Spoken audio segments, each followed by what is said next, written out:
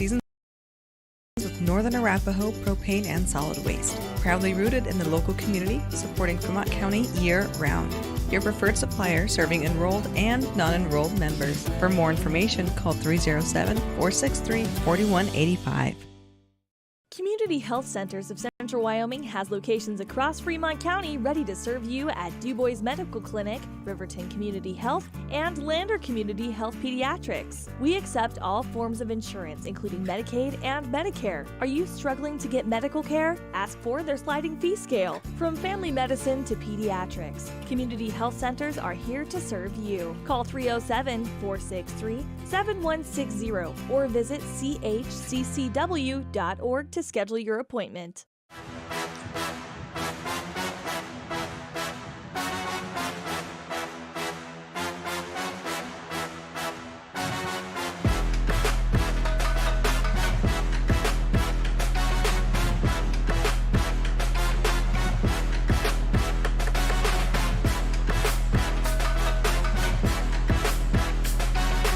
And welcome to Wire Today's coverage of Riverton High School soccer. It is time for Riverton, second road game of the year for each of the boys and the girls, and it will be here at Kelly Walsh. Now, we've got to get a few things out of the way here early. We'll probably repeat them.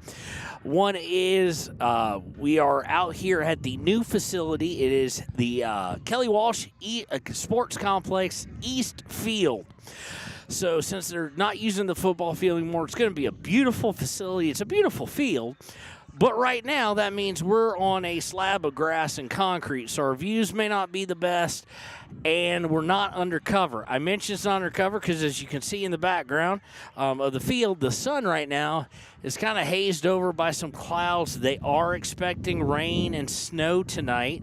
Not a ton of it, but if that happens to come early, because we are not undercover, we'll have to break down kind of quick if we start to have some rain or whatnot.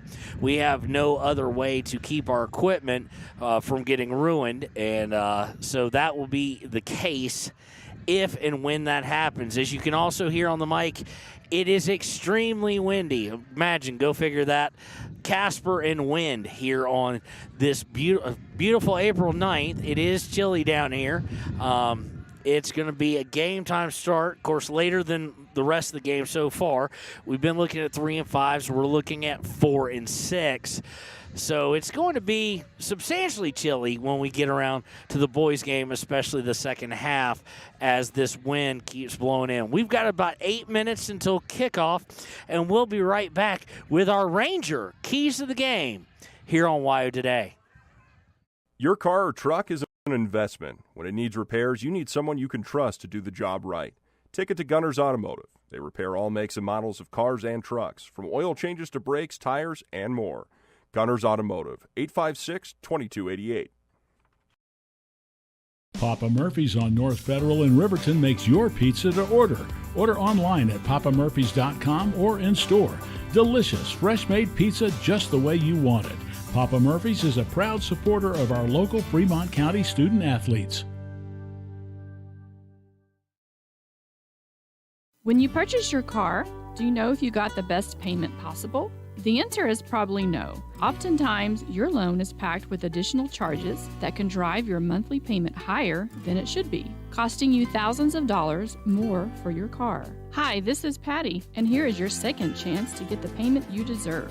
Visit Atlantic City Federal Credit Union today for a courtesy loan review. We've helped our members save money by refinancing their vehicle with us. Now it's your turn. Open your eyes to a credit union. Atlantic City Federal Credit Union.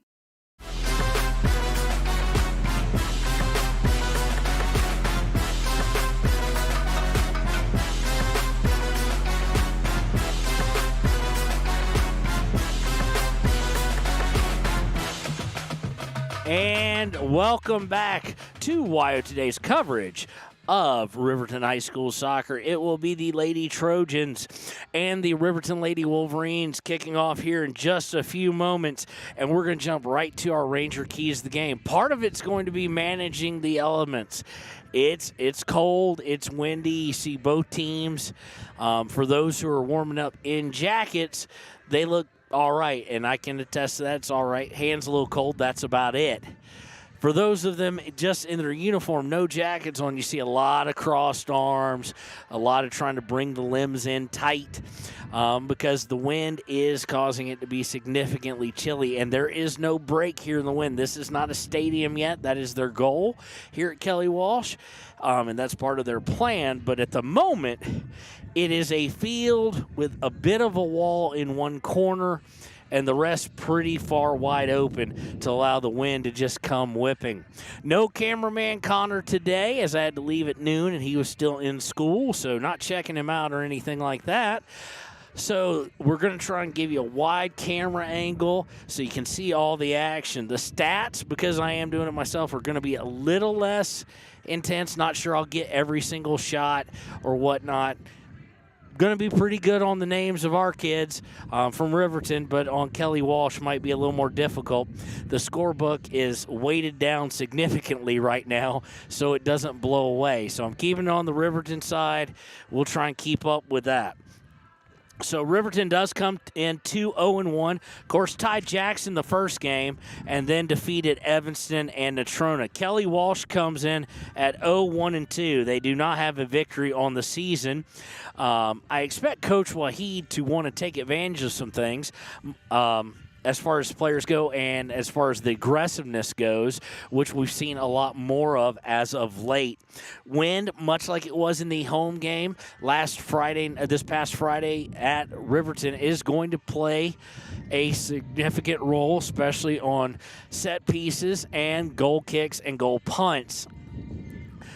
However, unlike at the Riverton against Natrona, where it was favoring kind of which way you're going, it was blowing left to right, where everybody's getting the advantage of the wind.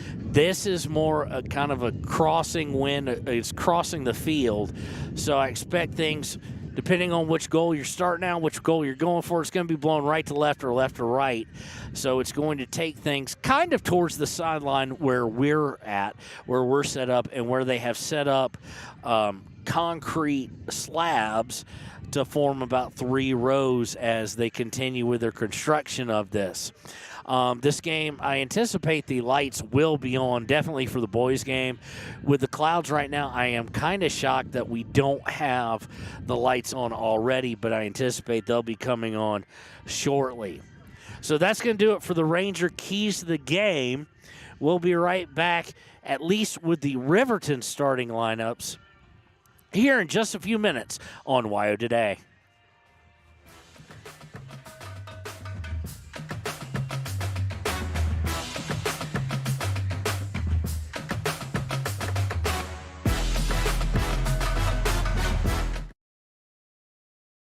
Riverton's Hampton Inn & Suites is proud to sponsor our youth athletics in Fremont County. Fremont County school athletics provide our youth timeless experiences and lessons that can lead to success for life. Setting goals, teamwork, and hard work make young athletes into good citizens. When repairs are complete after a collision, you expect your car, SUV, or truck to look like new. That's the service you'll receive at Stork Auto Body in Riverton. Professionalism and meticulous attention to detail. You can depend on Stork Auto Body, 841 Miniweb Avenue, Riverton.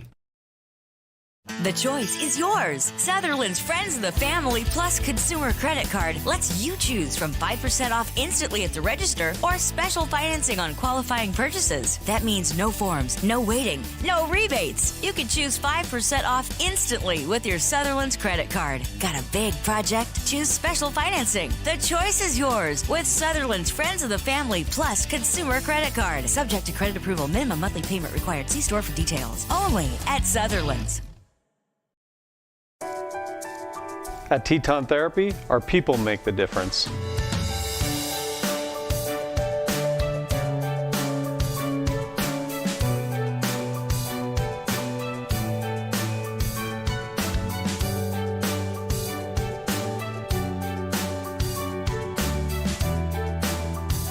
You can live pain-free. The amazing staff at Teton Therapy can help. In Lander and Riverton. From the wide open spaces to the canyon near you, Wyoming.com is reaching more homes and businesses than ever before. For more than 25 years, we've aimed to provide the best internet and phone service to meet the needs of our customers all across the great state of Wyoming. Now it's getting even better. Wyoming.com, expanding to an area near you. Wyoming.com. We're out there. Bailey's Enterprises is a proud sponsor of Riverton Wolverines football. For over 50 years, Bailey's has become the name you can trust. With Pit Stop Travel Centers, you can fuel up and stock up on trip snacks at locations all over Fremont County. You can also put your trust in Bailey Tire and Auto for service and to keep handy for those times when your luck runs out on the road. Refresh at the Speedway Cafe with a dine-in meal or a round of carry-out with a variety of specials to keep you going. Go with Bailey, go Wolverines. Want access to local news, sports, events, and more? Download the WYO Today app. Now available on all platforms. Stream your favorite radio station, submit something to buy, sell, or trade for deals on the dial, or view contests and special coupons. Better yet, the WYO Today app is the best way to access free HD video of Fremont and Hot Springs County athletics. It's all at your fingertips. Head to your app store or visit wyotoday.com to download the WYO Today app now. Wind River Family and Community Healthcare has clinics located in Arapahoe, Ethity, and Riverton. We provide family medical services along with dental, optometry, behavioral health, physical and occupational therapy, and more. Our in-house lab and pharmacy at all locations make for a one-stop primary healthcare center for your healthcare needs. Wind River Family and Community Healthcare is striving for a stronger, healthier community because Wind River cares. More information can be found at windrivercares.com. High Plains Power is a Touchstone Energy Cooperative. What does that mean for you as a Rural Electric Association member? It all comes down to 7 principles: open membership, one voice, one vote, member benefits, independence, education, cooperation, and community. To understand how it all works, we're headed back in time. In 1879, electricity was in major cities, but rural areas were out of luck.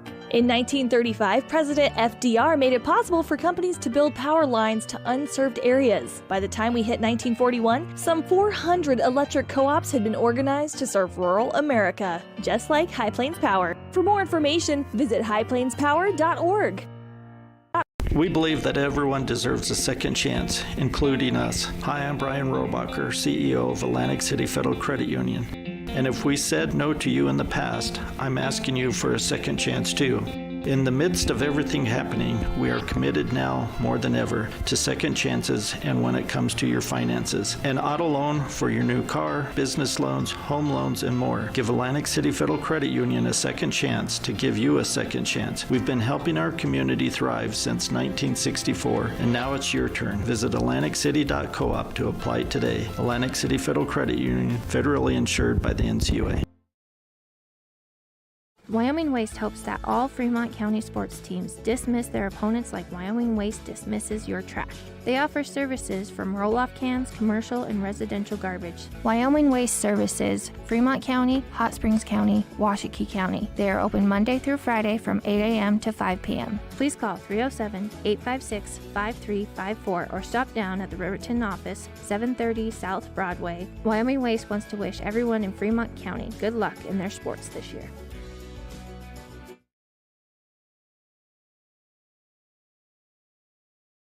If your vehicle needs repair, you can depend on the crew at Extra Care Auto Repair. They can repair almost anything with wheels, gas, diesel, domestic, or import, and their work is top quality and reliable. Extra Care Auto Repair on North Federal in Riverton.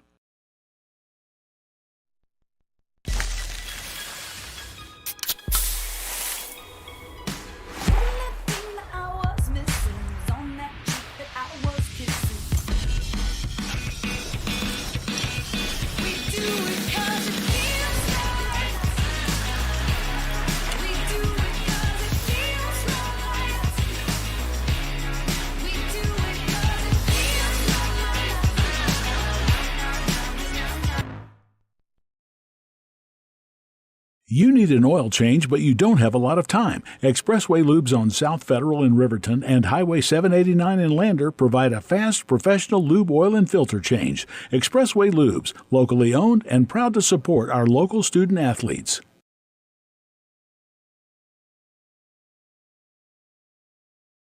The staff and board at the Fremont County Fair wish to thank everyone who attended the fair this year. Whether you enjoyed Family Day, a night event, entered a craft show, or showed your livestock, thank you for all your efforts. We'll be moving and grooving next year, so stay tuned.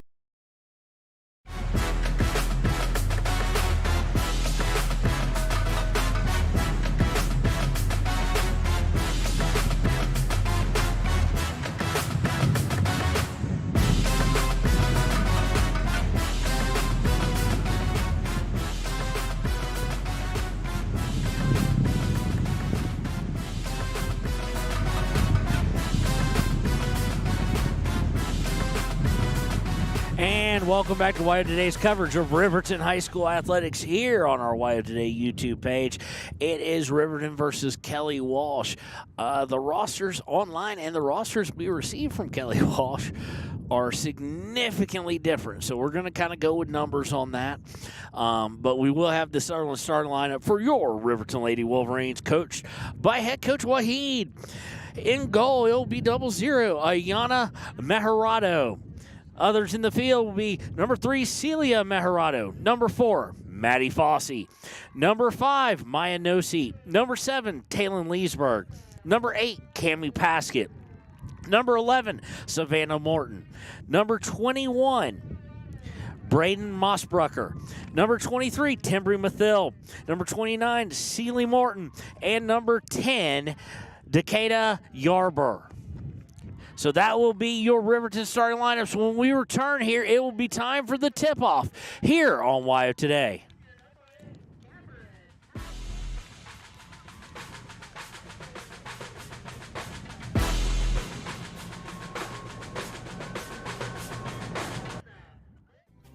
Riverton Blowdorn Lumber is proud to support youth sports. Experience the Blowdorn difference. Quality products, design, delivery, and expert service.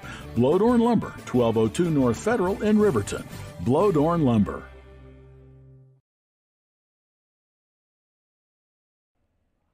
Do you need a midday pick-me-up? Lander Coffee Company serves delicious, fresh roasted coffee, tea, and other drinks. Come to think of it, why not start your day with their quick, healthy breakfasts, like one of their famous acai bowls, or maybe a breakfast burrito? Just need a quick snack? They got you. Stop by, fuel up, and enjoy at 1255 Main Street in Lander at the Lander Coffee Company. Quality in Thermopolis offers great rates, a convenient location, standard room, and family rooms with bunk beds. Choice Hotel members earn points while you stay. Quality Inn is proud to support Fremont and Hot Springs County student athletes.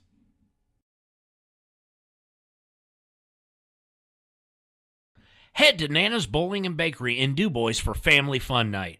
Now booking parties for all ages and occasions. To reserve your company, family, or birthday party, call 455-3660. Nana's Bowling and Bakery is proud to support Fremont County student athletes.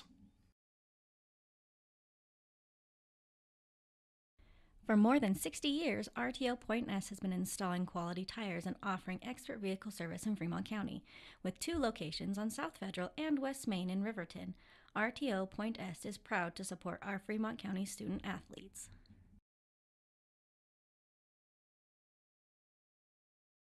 If you're planning home improvement projects, look no further than Valley Lumber. They provide nothing but the best from lumber, power tools, hardware, paint, plumbing supplies. If you need it, they have it. Valley Lumber at 290 North 2nd Street in Lander.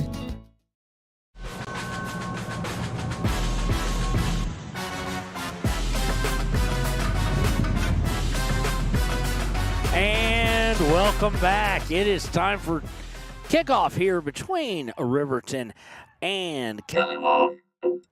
Kelly Walsh. Didn't mean to hit that button.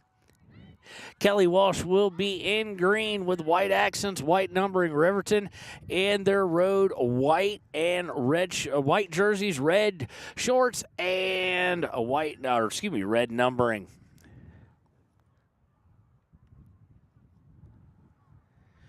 Kelly Walsh will be kicking off here. Looking for their first victory of the season is the Lady Trojans as they host Riverton. Riverton has not tasted defeat as of yet, but has one tie on the season.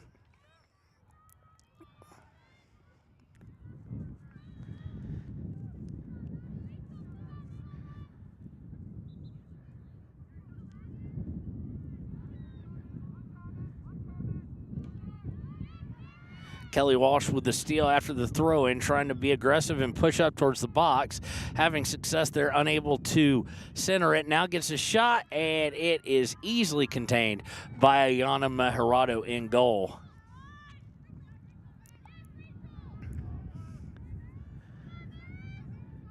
Celie Morton trying to tightrope on a pass up the near sideline, unable to do so. That is the direction the wind is blowing here. For Riverton, will be blowing left to right.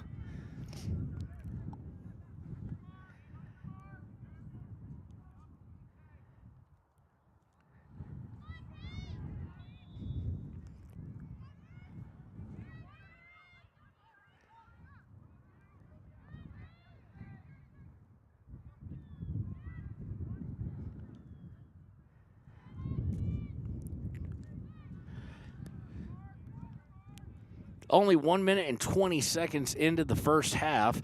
So far, Kelly Walsh having been the aggressor. Throw goes in to the box, but is easily handled by the defense for Riverton, and they will turn and start to try and counterattack. Fossey with it now.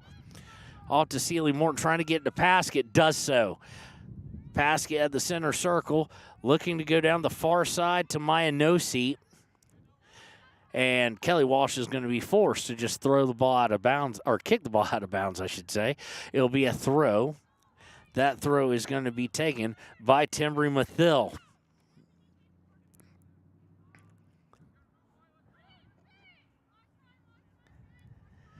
Mathill with the throw, looking for Morton. Morton has it, surrounded by two, gets rid of it, up to Celia Meharado, back to Mathill. Mathill looking to cross. It's intercepted. Fighting for it, though, is Celie Morton. Kelly Walsh come away with it and be forced again to kick it out of bounds on the near side. Throw in here is by Mathill. It's going to be headed back out of bounds, though, and we'll wash, rinse, and repeat, do that all over again. Thrown by Mathill, this time trying to get to Cammie Paskett, and Kelly Walsh is going to be able to clear it down towards midfield. Coming up is Savannah Morton to force it back down. Fossey's going to have to kick it backwards and reset for the Wolverines.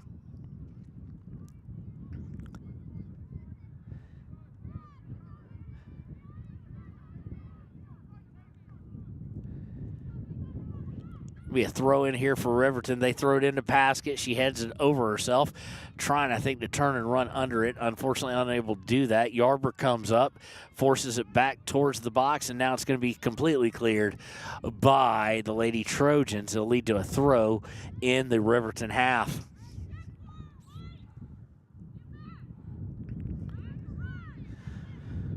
Mathill with the throw. Fossey trying to run under it, does. Now she's coming down the near sideline, looking to cross here, would be my guess, going towards the end line. Does put the cross in.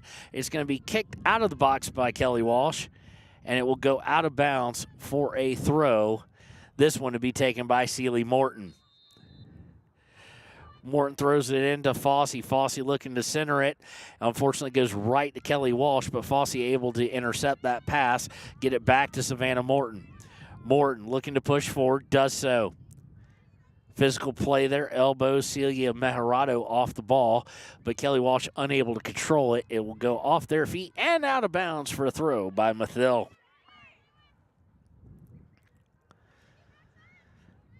Mathill on the throw, fighting for possession is Lady Wolverines and Lady Trojans. Lady Wolverines going to come away with it. Celie Morton with it now, has it stolen by number 20. Back to Mathill. Mathill is going to get pushed off the ball again by number 6.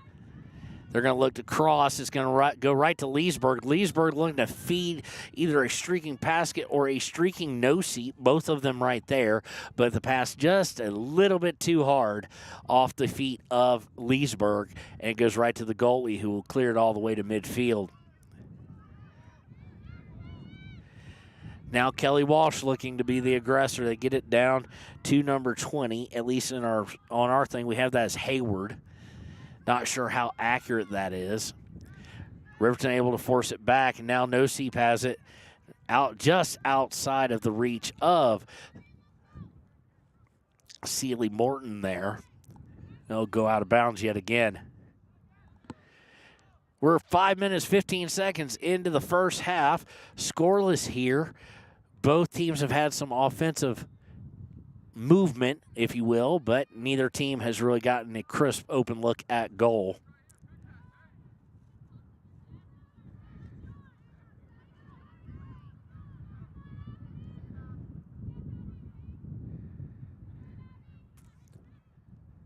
Battling for possession on the far sideline. Now going to be cleared by number 10 of Kelly Walsh, and that's going to clear all the way down to Meharado, where she'll pick it up and punt it forward. Gets to the feet of Fossey. Fossey trying to go to the far sideline. Did to Leesburg, but it's taken away by number 12.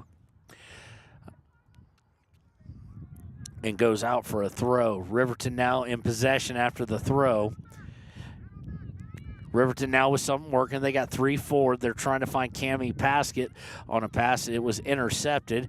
Forced back in by Fossey. Just not enough. Right back to the same person. And Kelly Walsh will look to clear it here. It's going to go down the far sideline, roll out of bounds. It'll go out for a throw by Riverton. Sun kind of burning off some of this cloud coverage, and the wind has died down just a bit.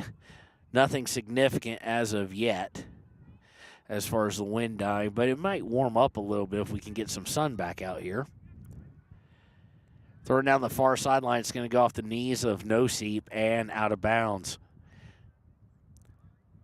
After the throw, it's going to go off the chest of Riverton and out of bounds. They're trying to work that far sideline. And right now, due to the glare, I think I've got y'all a good angle of it. I can't really tell, though. We are at about 5, 10, 15, 20, about the 25-yard line on one side. We are, just due to the construction, the closest power source is an outbuilding that I've got about 200, 250 feet of outdoor extension.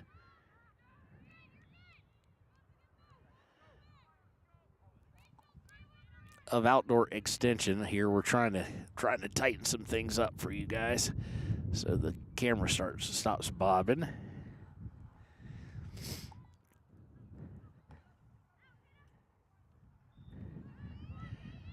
Kelly Walsh with the throw. They're trying to get it in the box. They get close, but of course Savannah Morton, one of the best defenders in the state, able to clear it. She got it up to, I do believe that's Maddie Fossey, who gets taken to the ground, and we'll have our first whistle of the day. He'll set up a free kick. No doubt, almost anywhere it's probably going to be taken by Morton, but no doubt with it back there, it's going to be taken by Savannah, and she puts a lick on it, and it gets all the way up, fought for possession. Celia Meharado is going to come away with it. Leesburg looking for Paskett, finds her. Paskett bringing it in the box. Paskett trying to sub a shot, instead crosses. She was looking for a streaking Maya Noseep, and it was just a little bit too far ahead of her. And now Kelly Walsh is trying to clear on the far side.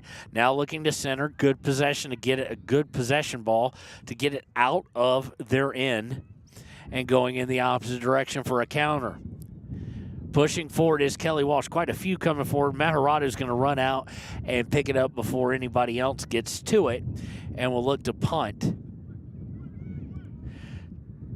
Leesburg has it. She was looking for Noseep, I do believe there. And she was looking for Celia Meharado, unable to get it to her. And it'll set up Kelly Walsh for taking an extremely long shot at about the 30-yard line on the football field. So about 40 yards out, 45 yards out. And it goes wide to the left. It was last touch. It was deflected by Riverton, they're going to say. So it will set up a corner kick for Kelly Walsh.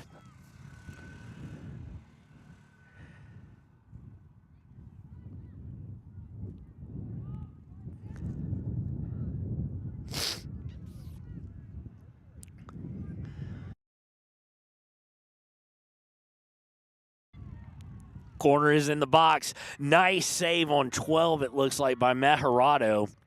As it was right there, she was looking to put it in. Unfortunately for Kelly Walsh, unable to do so. It does go out of bounds. It'll be a throw by the Lady Trojans. Shot went off of Meharado's knees. She was in the right place, though. Well done by her. Looking to turn and shoot is number 11. We do believe that is. Nope, don't have a name on the roster. And she's going to clear it out, and it's going to be a long cross, and it's going to go out of bounds. Let's see if that's a corner or goal kick. They're going to say goal kick in this situation.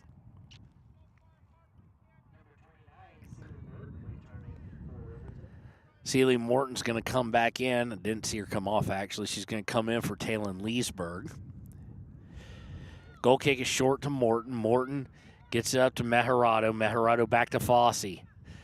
Fossey looking to get it up, unable to do so. She was looking to get it to number 15, McConaughey, who checked in earlier for Celie Morton.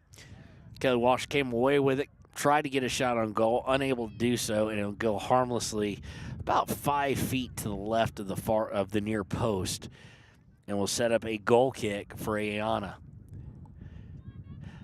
Ayana up to Celia Meharado, it's taken away by Kelly Walsh. So number 11 looking to cross it, does so to 20. 20 was looking to one-time it, so to speak, and lost control of it, couldn't get her full foot on it. And it will be deflected out towards midfield, but that's where Kelly Walsh will pick it up and take control. As soon as I say they take control, it winds up going out of bounds off them. Throw is going to go out of bounds off of Riverton, I do believe. It is signaled off of Riverton. So it will be a throw for the Lady Trojans. Lady Trojans playing very well early on. Riverton's had its moments. Kelly Walsh wanting to defend home turf. They look to cross it as they get down towards the box. Stolen away by Mathil. Excuse me. Mathil to Nosip. Nosip looking to cross it over. It's going to go all the way across the pitch and out of bounds for a Kelly Walsh throw. Or was it deflected? Nope. Kelly Walsh throw.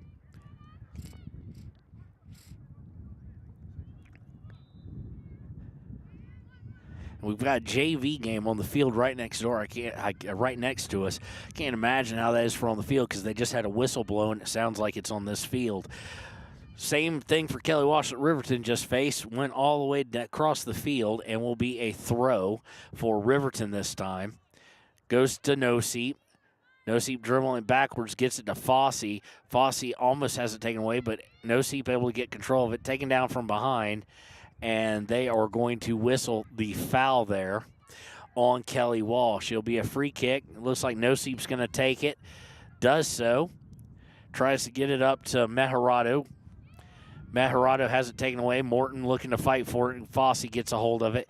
And they'll look to cross. I think that is McConaughey coming down the far sideline, and she just trying to dribble. It puts it a little too far out for herself, and it goes out of bounds as she crosses midfield.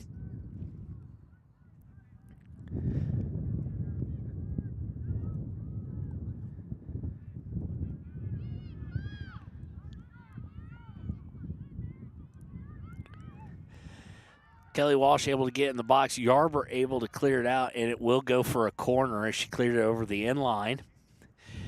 Looks like number 8 will be taking this corner. First corner, there was an opportunity there, some chaos in front of the net.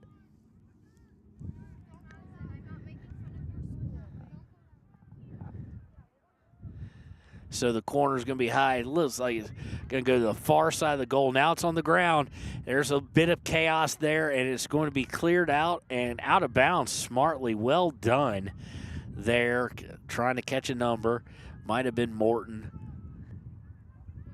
It was Savannah Morton to make it go out. She angled it out of bounds instead of letting it go over the end line for another corner. And it'll go out of bounds now off of the Lady Trojans, and it will be Riverton throw here. Leesburg coming back in. Can't tell what number she just came out for.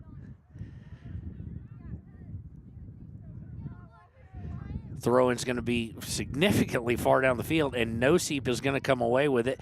Now she's fighting for possession, and it's going to go out of bounds. This time will be off of Kelly Walsh, so it will be a Riverton throw. 24:46 left in the first half. No shots on goal for, well, kind of sort of one, but it was an easy no-pace one by Kelly Walsh. No shots on goal for Riverton so far, and we're tied at 0. Now in the box, Paskett fighting for possession, gets it, turns, fires, and much like the shot by Kelly Walsh, not a lot of pace on it, but was on target. One shot on goal apiece. Kelly Walsh now looking to counterattack. They've been able to do so with some success as far as possession goes, of getting the ball out of their end after a push by Riverton, and now they've got numbers 4-on-4 for them. They're going to lay it out on the right side, going to look for a cross. Savannah Morton's going to come across and kick it. It's going to go deflected off of, I think that's Sealy Morton on the far side, and taken away right back by Kelly Walsh. Kelly Walsh has it stolen by Yarborough, who gets it to Fossey, and now Riverton trying to do their own counter. Noseep gets it to Celia Mejarado. Mejarado looking to push it up for Paskett, unable to get through number 13. Don't have that number either. And now it's a game of counters, it seems. Right as Kelly Walsh was getting down into the attacking third, Morton able to step in front of it. Now it's deflected back to Yarborough. Yarborough's going to kick it up for Noseep. Noseep to Morton. Morton and Mejarado will kick it backwards to McConaughey and start things over. She's looking to find Sealy Morton. It's going to be intercepted, though, and Kelly Walsh will try and push back towards their side. Kelly Walsh going down the far sideline, looking to turn. It's going to go out of bounds, and it'll be the third corner of the day, coming with 22:55 left.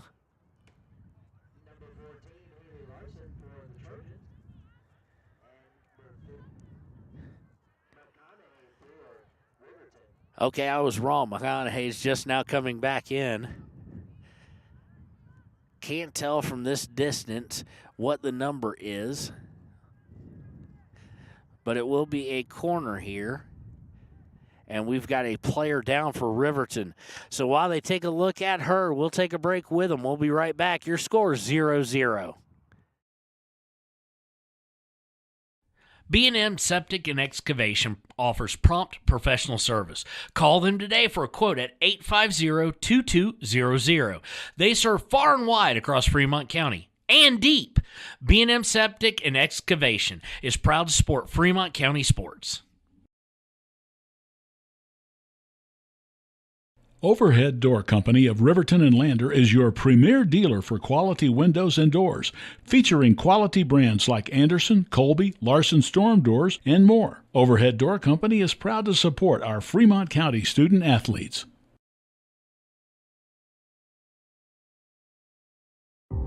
For a place.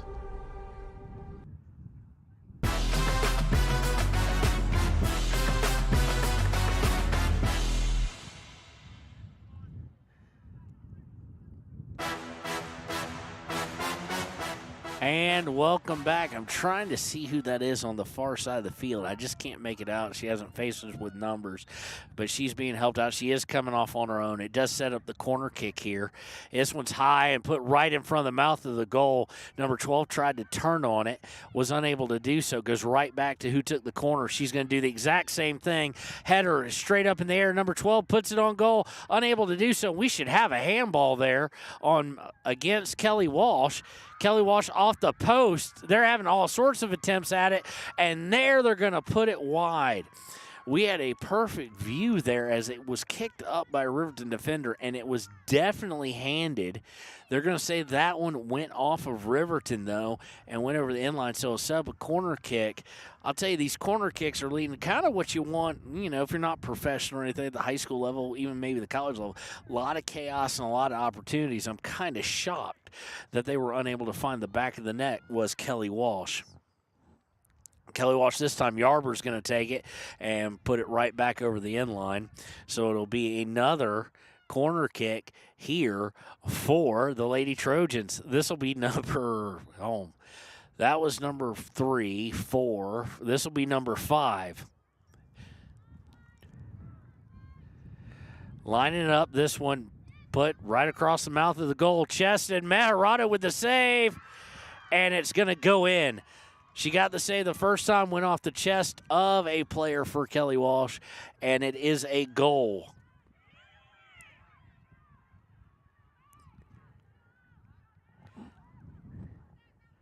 So Kelly Walsh now takes the lead. The first goal, didn't see who got it. Roster wasn't overly accurate anyway, so that's all right. 20 happens at the 27:09 mark of the first half, and it fortunately it does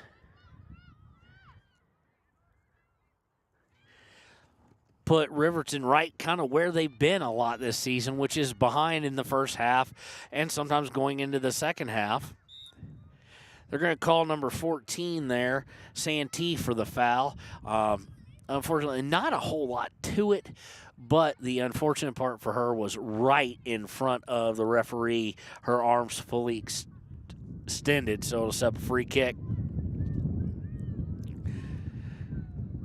Kelly Walsh's aggressiveness pays off, and that has been kind of where Riverton has seen some deficits this year. Of course, they have not lost a game, but where they saw the deficit against Natrona was in Natrona being much more aggressive than they were. Let's make sure I'm getting the right game here. Excuse me, against Rock Springs. Of course, also against Natrona, they finished at 0-0, of course. That was first game of the season. I had that all sorts of mixed up, didn't I? Against Rock Springs was super aggressive, got a lead up 1-0, and then the beautiful free kick for the lead by Cammie Paskett, the beautiful Olympico corner kick by Savannah Morton. Two unassisted plays that were just, both of them just absolutely spectacular. But right now, Kelly Walsh definitely the more aggressive of the two teams, and they have the lead as we're now halfway through the first half.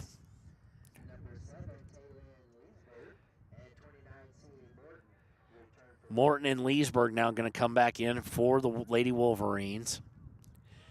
I think now it's all the starters at this point. I'm not 100% sure. The throw is going to wind up at the feet. Now, nice little push out by Maharado.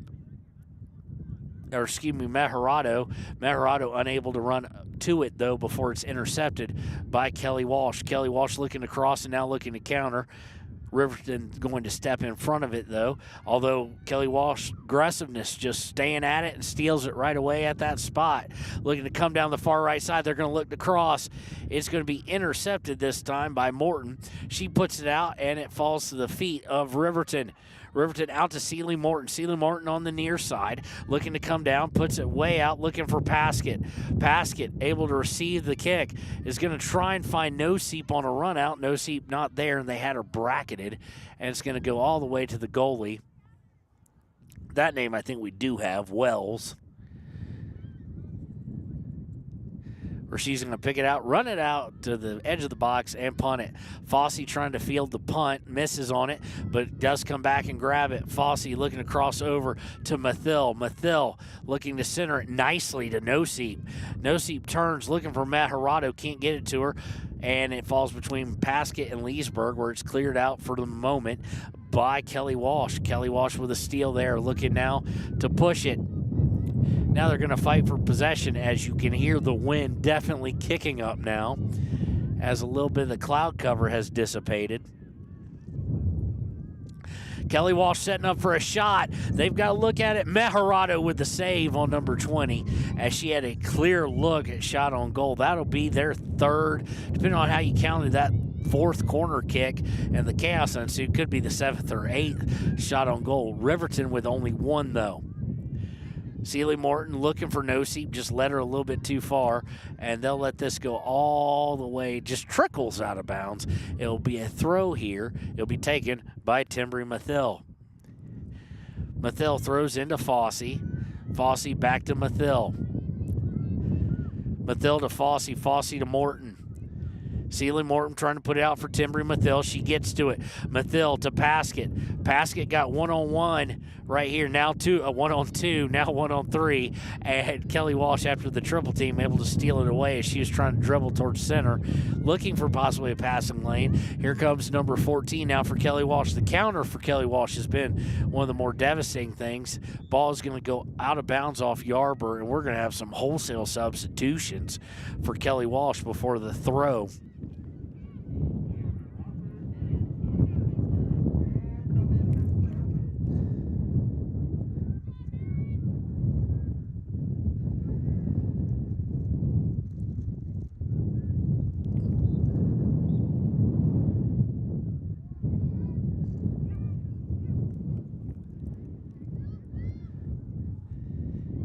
Kelly Walsh, after the substitutions, maintains possession after the throw. They're looking to go down that right side again. They do put it over the head. Can she get to it before it's a goal kick? Yes, she can. Can number 9. Number 9 make some room. Cross. Shot is put on. Not on target. Went way high. That was number 17.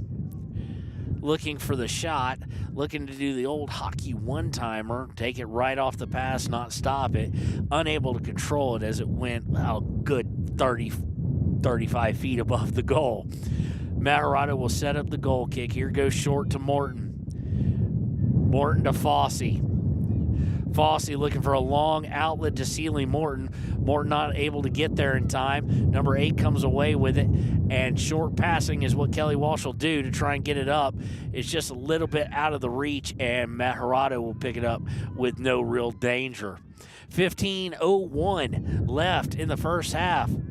The punt is going to go out of bounds after one bounce, and that one was kind of the first one you could see the wind really take control of. The wind has picked up here after it died down for just a few minutes. They do have a bit of a storm front potentially coming in late tonight. So as we know in Riverton, the wind usually precedes it, blowing it in. Long pass by Kelly Walsh. Good pass. Taken by 21 and put on goal. Goal. 21 with the goal there. Got Meharado to commit and then put it in, and now Riverton's in a bit of a hole. Comes with 14:28 left in the first. Off a long pass. And Riverton has found themselves down 2-0. This is solely, I hate to say solely, but it's been mainly contributed by Kelly Walsh doing two things well. One, being the aggressor, not sitting back and letting this very talented Wolverine team dictate the pace. Number 2 has been what we've seen out of every team that they haven't been able to do that's faced Riverton. That is shorter passes for the most part, setting up the short pass, getting defense to commit, but also maintaining possession and bringing it down. That, in turn, opens up the long pass that we saw right there that led to the goal by number 21. 21, we do believe, is Emmy McNutt off the roster that we've gotten. She's had a couple of opportunities. That's her first real shot on goal. And Riverton now playing from behind by more than one, which is not something they have seen this year. Of course, in Evanston, they won 7-0. In the opener, they tied in Trona County. And last week this past Friday, last week, they were victorious 2-1 over Rock Springs. Fossey with it, trying to get to Celie Morton, and it's intercepted.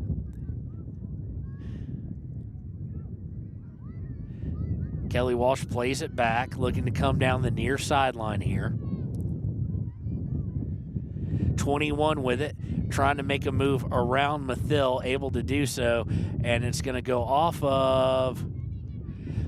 Nicely done by Yarber. Mathil and Yarber both cornering number 21, kind of bracketing her. And I do believe Timbry Mathil with the last touch, but kicked it backwards, so it'd go over the end line on 21. Maharado out to Celie Morton now. Morton turns, gets it to Maya No-Seat, but it's taken away from behind. And now this time, Kelly Walsh is going to try and work down the right side, which has been kind of where they've had their best movement. But this time, unable to tightrope it with the pass, it'll roll out of bounds and go over to the Lady Wolverines.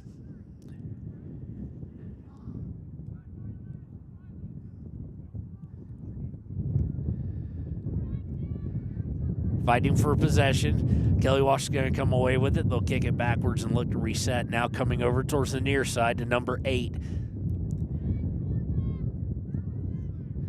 Now they're going to go right back to that far right side. Not able to control the pass, but able to get back under control. And they're in the box now. They're going to have an open look potentially. Nope, good job by the defense there. And it's going to go out of bounds for corner kick number 6. And we've only played 28 and a half minutes. Corner kick number 6 by the Lady Trojans. It'll be taken from the far side.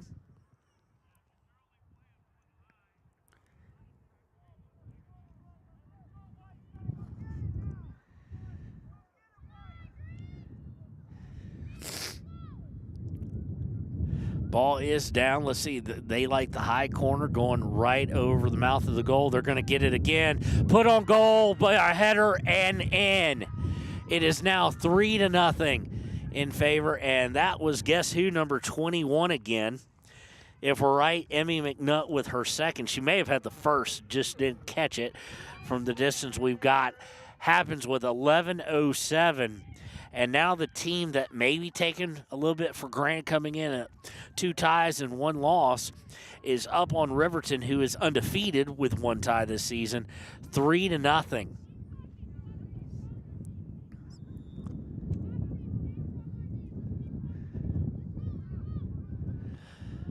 The question isn't, can Riverton come back? Riverton has the offensive capabilities and the striking force to do so. Of course, led by Cammie Paskett, but Nosi, Meharado, Fossey, Sealy Morton, all with the capability and proven success in years past and this year in being able to put goals on target. The question is, can they stop Kelly Walsh right now? Throw-in intercepted by Kelly Walsh, but taken by Fossey.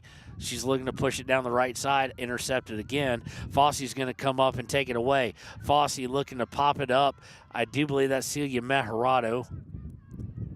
It's taken away, though.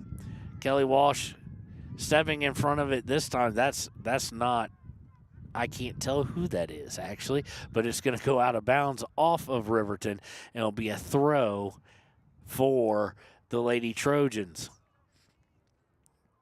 Really having a difficult time at the moment is Riverton and getting any kind of possession, but they steal the pass there deep in Kelly Walsh territory. She was looking for Paskett and just let her just a little too much, did Celia Meharado, but it will go out of bounds and it will be Riverton ball. Riverton going to substitute here. Looks like, is that Savannah Morton? Can't tell the number from here. Looking to center is Riverton. It's going to be kicked away. Riverton will get control of it. It will be taken away now, though, by Kelly Walsh. Kelly Walsh not with numbers, but on a break.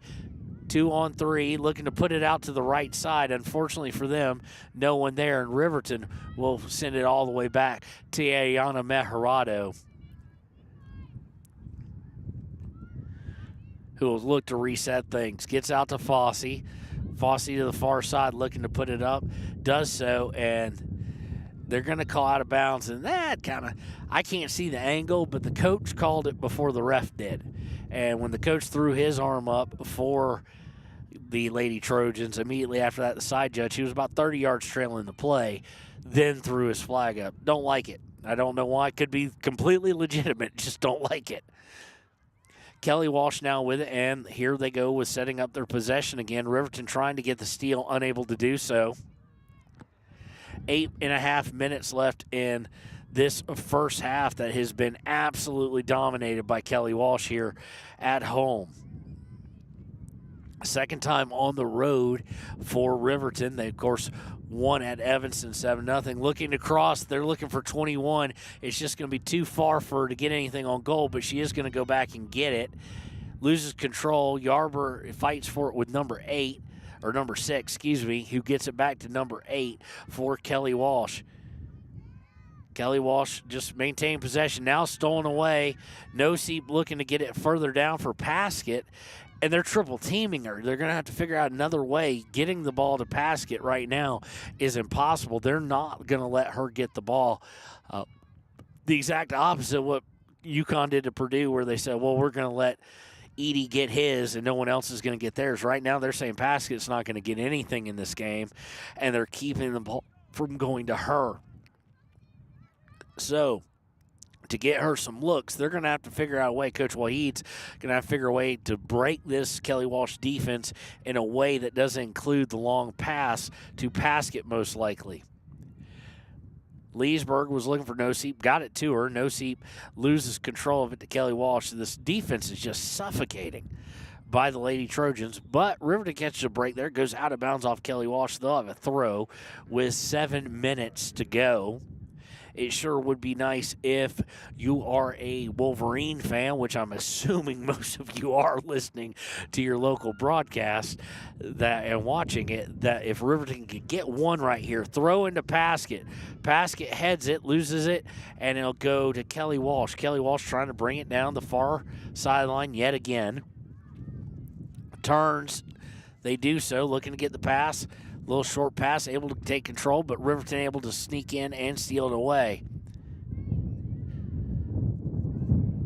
Riverton fighting for it, gets it over to Noseep. Noseep looking for Paskett. Paskett was not on a run there, and it'll go all the way. The goalie will just pick it up, no problem. And the keeper will hold it for a few minutes and look to set up a punt, I'm guessing here. Or that's exactly what she's going to set up. The wind's going to catch it and bring it to the near sideline. Not sure it was meant for the near sideline, but that's where it's going to go, and it's going to go out of bounds. That wind just picked it up, carried it, and even carried it off the bounce. So it'll be a throw-in for Riverton. Sealy Morton with it. Morton to Fossey. Fossey trying to keep control. 21 just being an absolute beast. Takes it away. But Mathill able to intercept a pass back.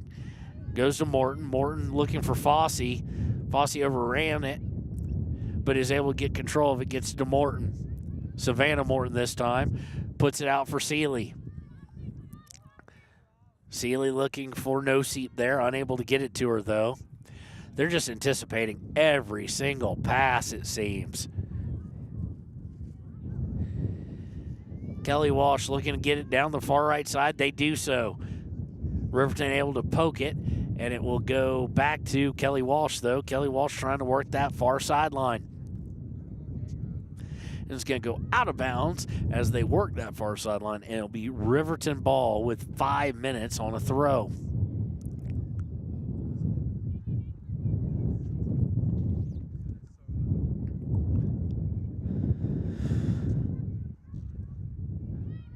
Throw-in is going to be intercepted, but Fossey's going to look to clean it up.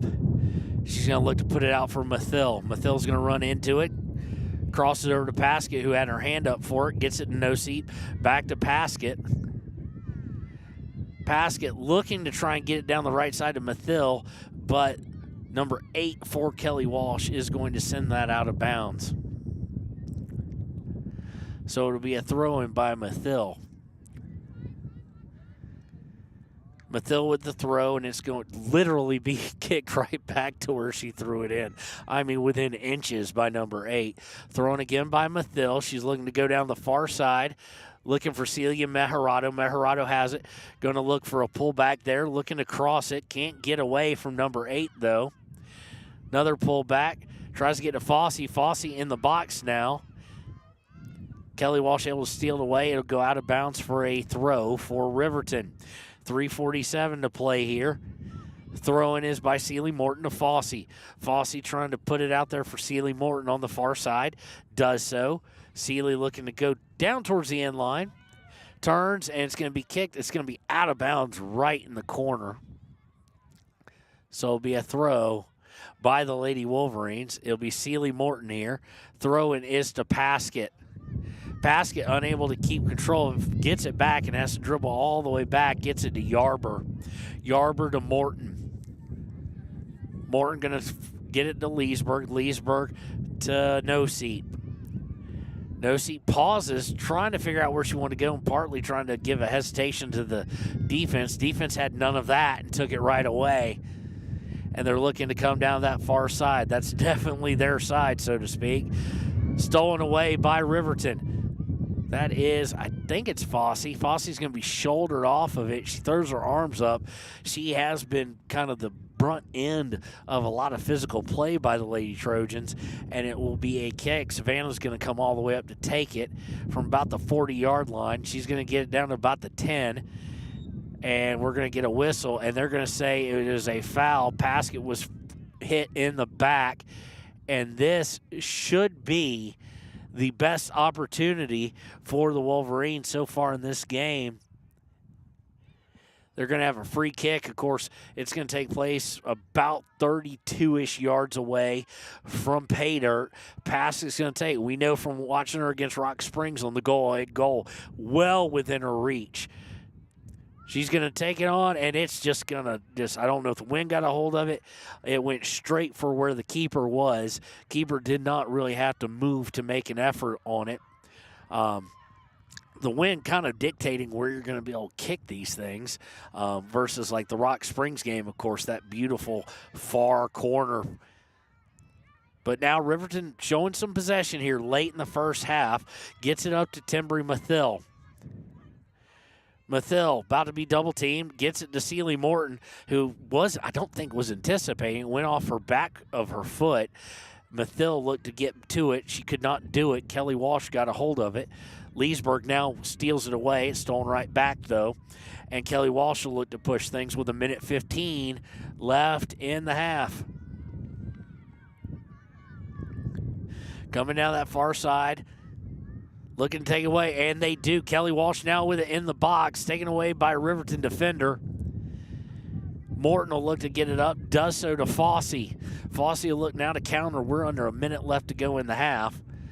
Fossey to Leesburg. Leesburg back to Fossey, and Fossey just loses control of it. I think she may have been trying to let it roll to Meharado and was unable to do so. And it'll be a throw in here. Kelly Walsh seemingly in no hurry.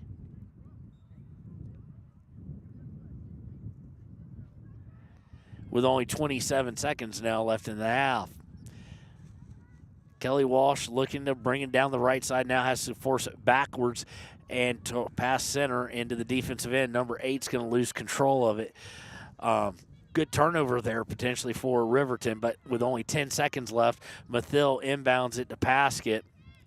5 seconds left. Mathill trying to keep it from going out of bounds, unable to do so, and that'll be the half.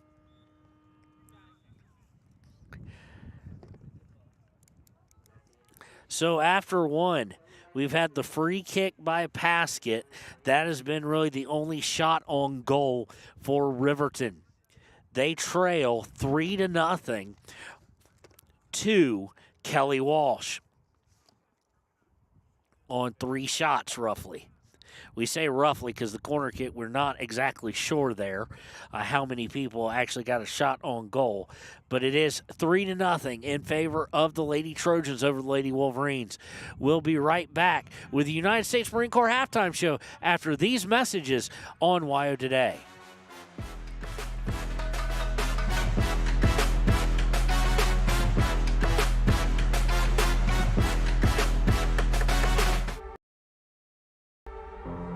An idea for right and freedom, for liberty and justice for all. For every square inch between fruited plains and spacious skies. Marines fight to win. See all the battles Marines fight to win at marines.com.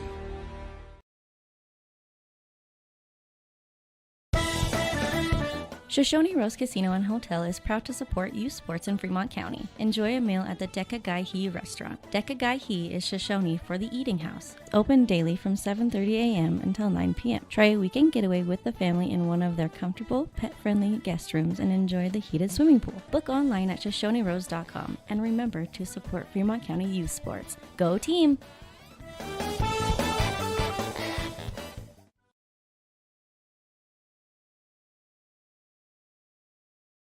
Your tax pros at 219 East Main Street in Riverton, Wyoming can handle all your tax needs. Whatever your situation, we know what to do. Call 307-856-2256 today to schedule an appointment. H&R Block is open Monday through Friday, 9 a.m. to 3 p.m. 381 Subs and Salads is the newest addition to Fremont County. They offer salads, sandwiches, ice cream, and Lotus drinks. 381 Subs and Salads is located at 702 East Main Street in Riverton.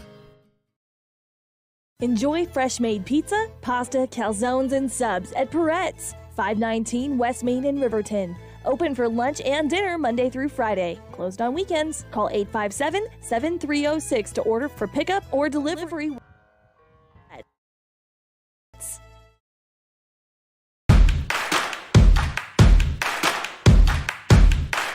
Midway is at an all-out clear-out for the new 2022 campers with the best price guarantee. Midway has financing with no money down, no payments for the rest of the year. Low interest rates on sweet fifth wheel. Dealer incentives up to $25,000 on toy haulers. Top dollar on trade-ins and door-to-door delivery. It's Midway's all-out clear-out. MidwayCampers.com. Midway, when you expect the best.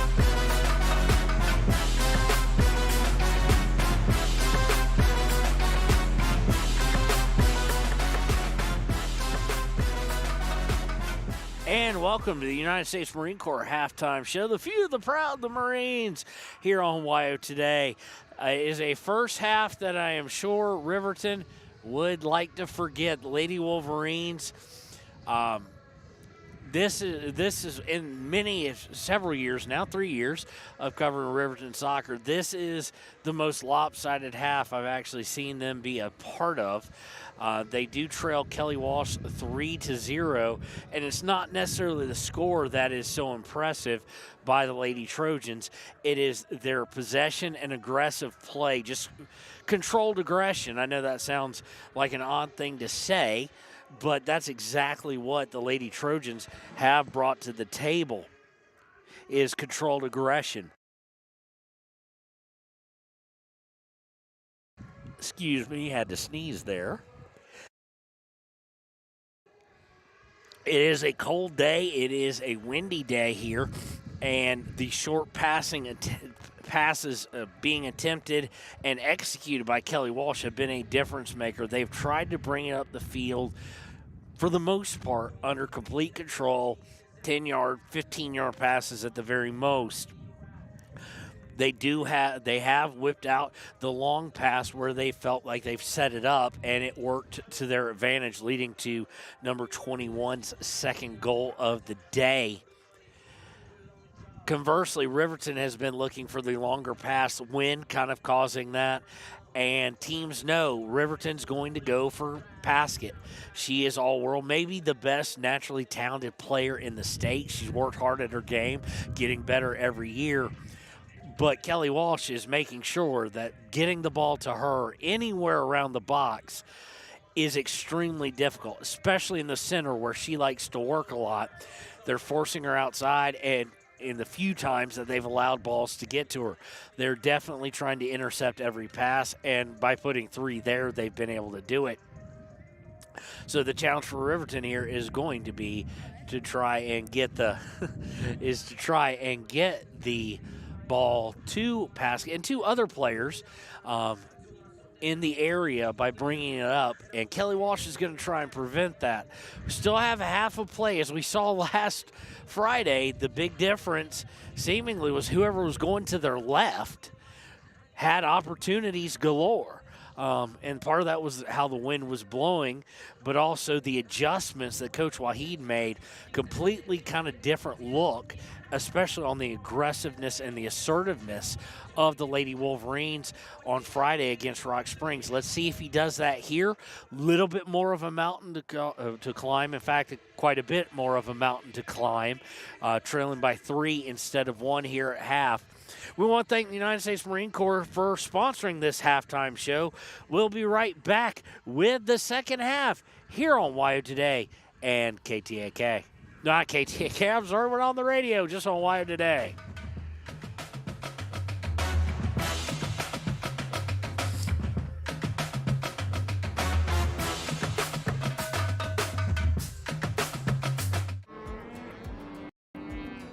We're out here at a branding today, and there's a lot of hazards going on, and a lot of times you don't have control of that type of an environment.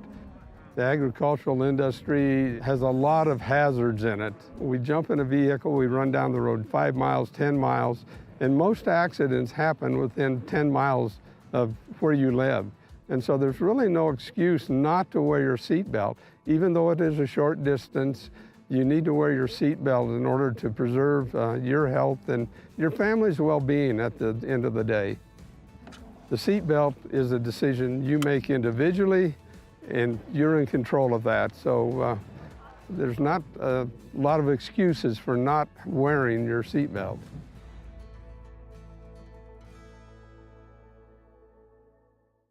Embrace comfort throughout the seasons with Northern Arapahoe Propane and Solid Waste. Proudly rooted in the local community, supporting Fremont County year-round. Your preferred supplier serving enrolled and non-enrolled members. For more information, call 307-463-4185.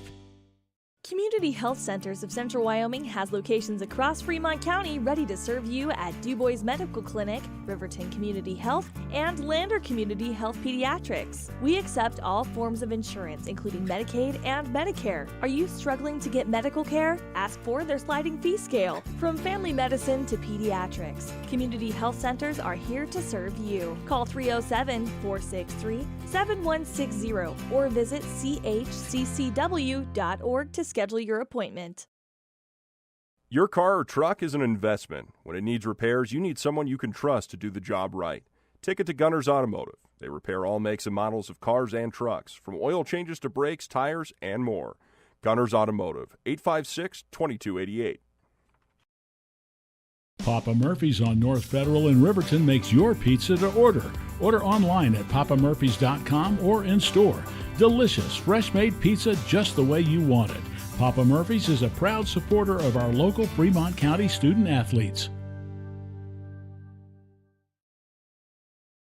When you purchase your car, do you know if you got the best payment possible?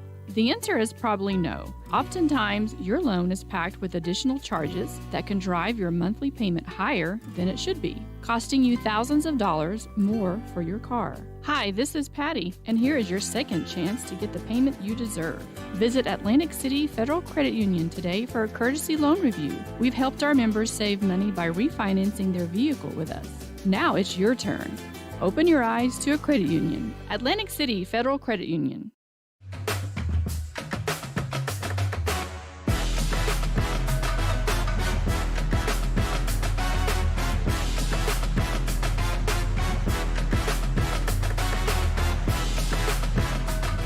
And welcome back to Wire Today's coverage of Riverton High School soccer. At the half, Lady Wolverines trail the Lady Trojans here in Casper by a score of 3-0, and we are ready to get things underway. Riverton will now be going right to left. As it has gotten significantly cold, we will remind you that the Clicker Ticket postgame show will follow this second half in this ball game, and it will follow immediately after the boys' game as well. Thank you to YDOT for the Clicker Ticket halftime show. It will be an abbreviated one at the end of the game. We have a lot to clean up here, including about 200 or so feet worth of extension cord.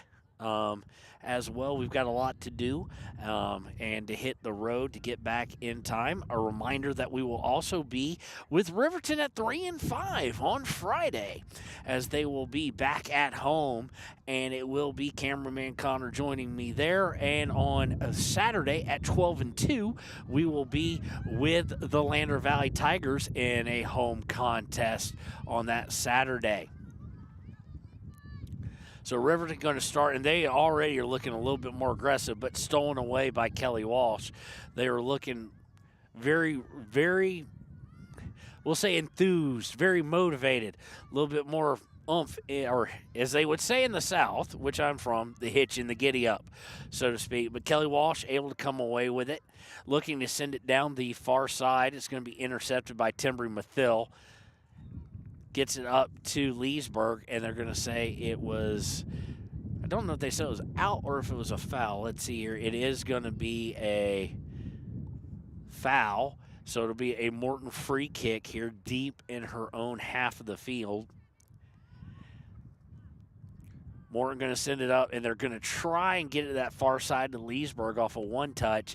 Leesburg unable to get control of it. It'll go out of bounds. It'll be a throw by the Kelly Walsh Lady Trojans.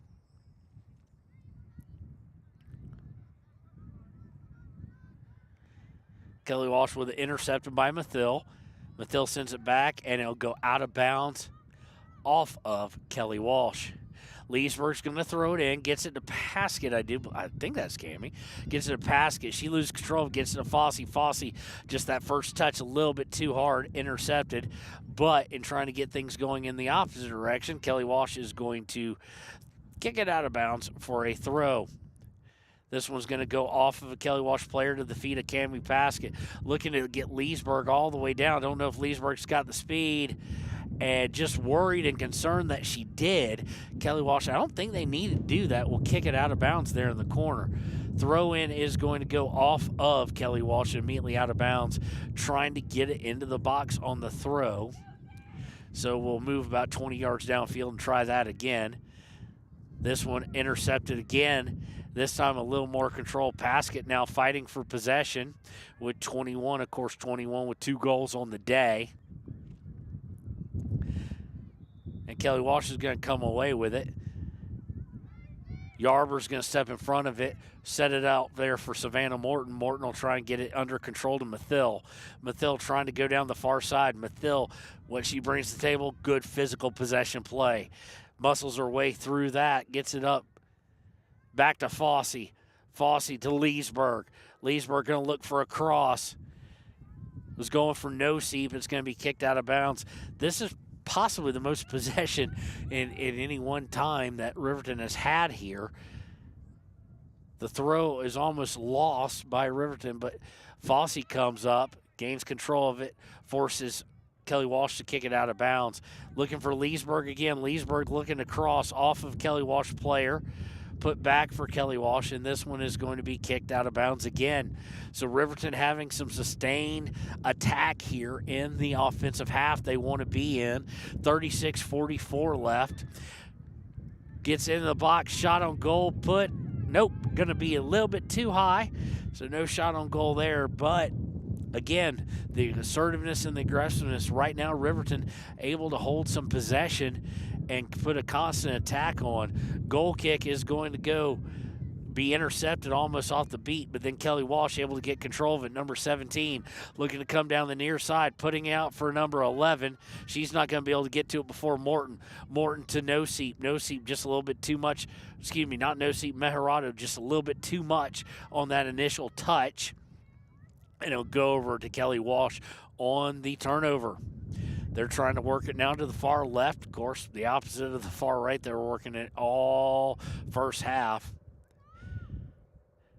Riverton's back line and midfielders really trying to push up and make them uncomfortable, but now they've got it in the center. 17, Yarber pokes it free, but falls to number 11.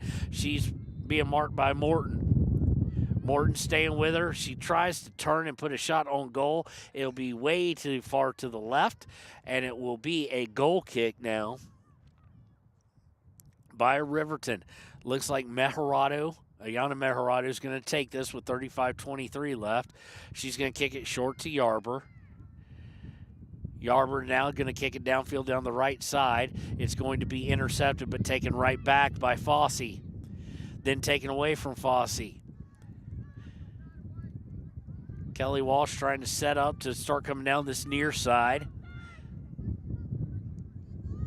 To number 12. She puts out there, no one home for her. And Emma Holberg. No, I'm on Kelly Walsh's side of the bracket. Hold on, let me flip it over. I don't know what I was doing there. 15 McConaughey is going to be able to get her feet on it, but it's going to go out of bounds over to Kelly Walsh. Now fighting for possession of Fossey comes away with it for a second, then tries to pass it and gets intercepted. Fossey with it again, unable to split the two players to try and get the pass at midfield. 12 now trying to work down, centers it. There's no one there in the center, so go all the way to the far left. But they will run underneath it, will the Lady Trojans. Looking across it there, it is intercepted. McConaughey with it. McConaughey to Meharado, back to McConaughey. Gets it to Paskett. Paskett to Meharado, now to No Seat. No Seat putting it out there for Meharado on the near sideline. Meharado unable to get to it first, but does take it away. Gets it to No Seat. No Seat looking for Paskett, 17 there, to clear it out of harm's way. And a bad mistake there by Morton. She ran underneath it. 17 able to take it away. And Morton's 17 is going to try and put a shot on goal from about 22 yards out. It's going to be too high. And Savannah just misplayed that. I don't know how she thought the bounce was going to go or if she had help. She had neither, though, and it will luckily go over the goal and not be a costly mistake and a rare mistake. Savannah Morton does not make mistakes on defense very often. Of course, this team is trying to push players forward, down 3-0. We're already 7 minutes in. Morton now with a nice steal puts it up, and that's just beautiful. Her clearances, as we're saying, doesn't make mistakes often, and it sets up this counter. And just the pass by Sealy Morton there going to be a little too far. She was looking to hit Paskett on a long run out. Paskett was double teamed, but could have still, I think, beaten that. If it had been where she could have gotten to, it was just way too far. Went all the way back to the keeper. Riverton taking away possession here at midfield. Fossey with it now. Fossey going to lose control of it, number 17, and they're going to get a whistle. It's going to go against number 17. That's been an interesting battle so far to watch, has been number 17 of Kelly Walsh and Maddie Fossey. They're kind of carbon copies as far as they both play very physical, no fear in them whatsoever, and it's been an interesting match so far as watching that matchup. Riverton with the free kick by Morton, able to get it down and had it stolen away, though. Kelly Walsh now looking to counter. It's 1-on-5, so look for them to potentially slow up. They do kick it backwards. Now they lose control of it. Fossey with the steal.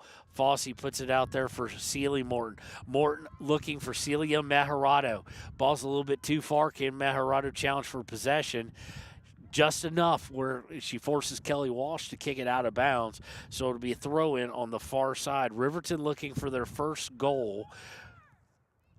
31-33 left in the match.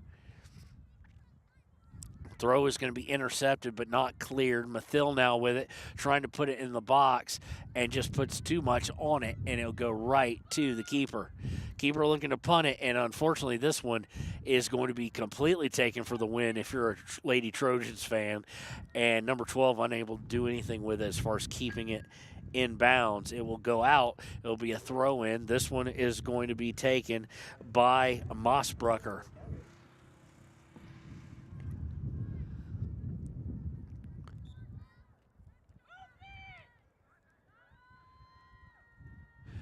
Mossbrucker with the throw, initially touched by Kelly Walsh, but now they get to Riverton. Fossey off a pass by Paskett, trying to get in for a shot.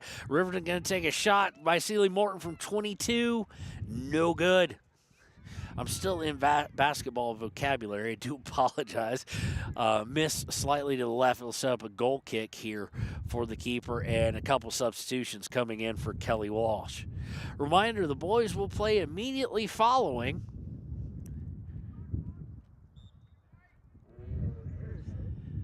Goal kick by the keeper is going to go right to Gordon.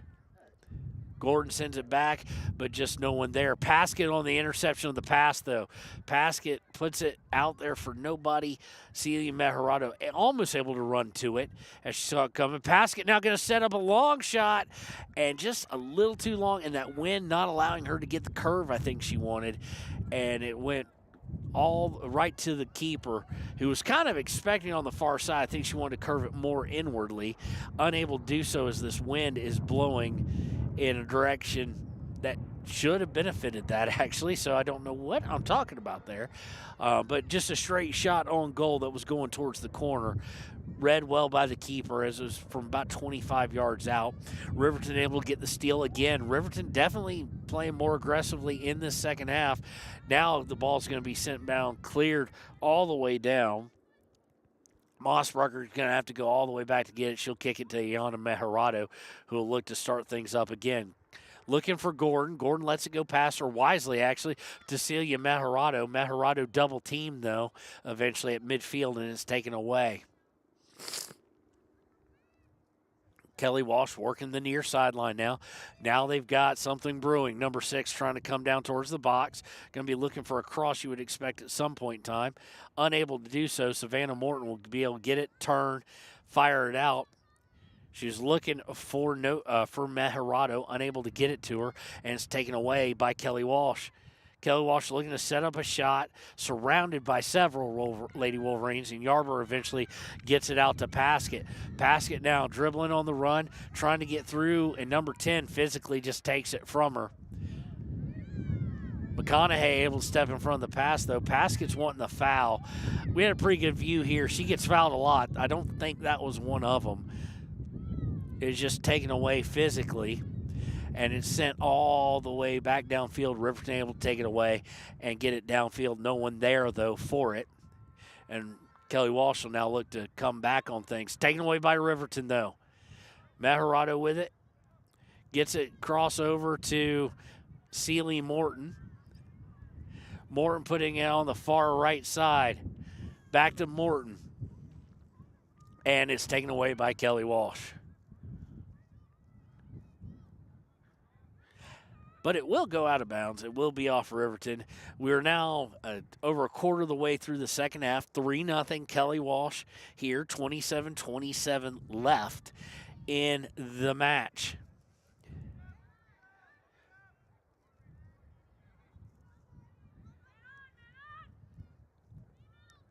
Riverton's Mossbrucker gets it up off the steal to Meharado. Meharado bringing it to the center to Cammie Paskett. Paskett looking for Nosey. Nosey double team back to Meharado. Meharado looking to clear in and looks to take a shot, partially deflected, I do believe, and she got nothing on it. I think her foot and the defender's foot met the ball about the same time and picked up easily by the keeper, who will punt it past midfield. Taken away by Fossey, though. Off of that, Fossey was looking for Paskett. Kelly Walsh defender in between them. Stole it away, but with the help of Meharado, Paskett gets it then to Mossbrucker. Mossbrucker. And they get it up to Meharado. Meharado physically pushed. That could have been a call right there. Literally pushed. And it's going to be kicked out of bounds, though. Meharado stayed with it. It'll be off of Kelly Walsh, so it'll be a throw here by the Lady Wolverines. Going up to take this is going to be Mossbrucker.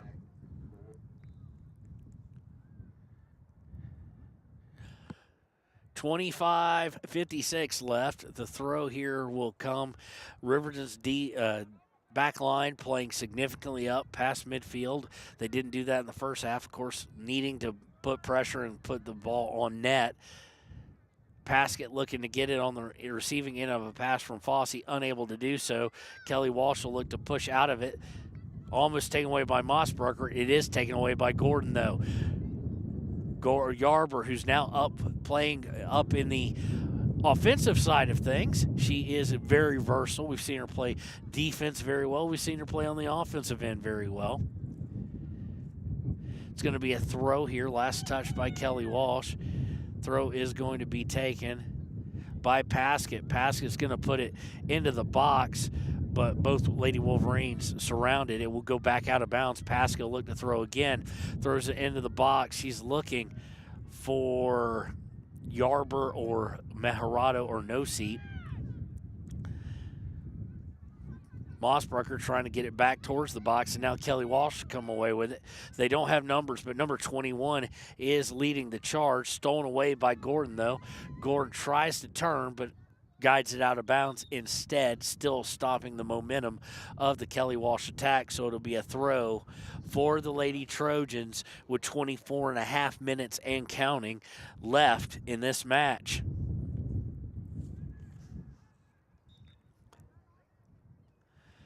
Number 5 is going to take that. Do we have a number? Nope, we don't have number 5 on the roster. But Kelly Walsh setting up possession, keeps it from going out of bounds. It will be stolen away by Mossbrucker. Mossbrucker trying not to go out of bounds, and they're just going to fight for it. Beautifully done by number 9 to get it out from under Mossbrucker, but Riverton able to recover and get it out of immediate harm's way. Paskett now trying to take possession and throws a little bit of an elbow in the back as it is taken away by the Lady Trojans.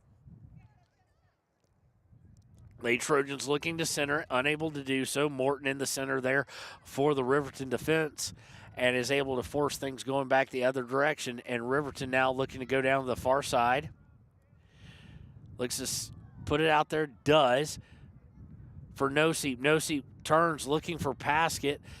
Winds up with a Kelly Walsh player able to deflect it. And they'll send it back towards midfield where Riverton will once again take it away. They're fine with Riverton having possession on the outer edges and at midfield. They're just not allowing Riverton to get anything going in towards the goal whatsoever. Riverton trying to come in. It's going to go out of bounds. It'll be a throw for the Lady Wolverines. Of course, Lady Wolverines have not had a corner even in this game yet.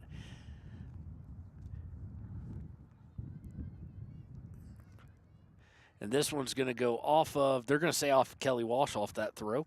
So it'll be another throw for the Lady Wolverines here.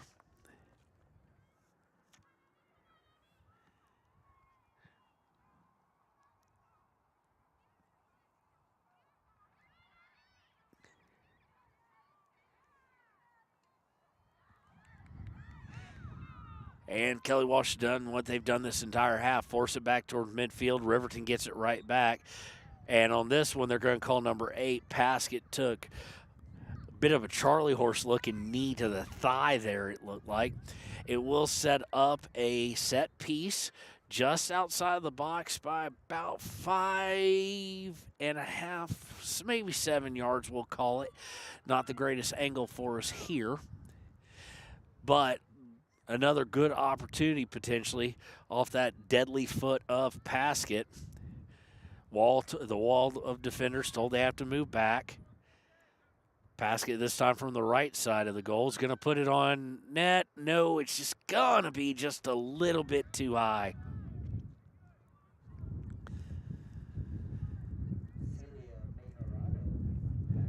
Celia Mejorado now checking back in. She is going to come in for, I do believe that is Maya Noseep. Can't see the number from this. She was running with her shoulder kind of pointing towards us, so.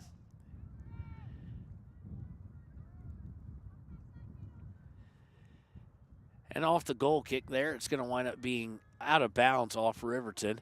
Kelly Walsh looking to come down the far side. Stolen away, Yarborough with it now. Yarborough with it, trying to put it in the box for Paskett or for another player running on. Trying to lay eyes on who that might be. I think it's Santee. I saw the 4. I can't make out any other number. But taken away by Kelly Walsh. Kelly Walsh going to try and come down the far side. It's going to be kicked out of bounds by, let's see here, they're going to say it was last off of the Lady Wolverine, so it will be a throw by the Lady Trojans here with right about to be the midway point of the second. Lights have been turned on. Unfortunately, I know it's kind of dark here on the screen, unable to do much about that. Lights will be on here momentarily. Hopefully with some, give you a little bit here. It may still be a bit too bright outside to really take any effect.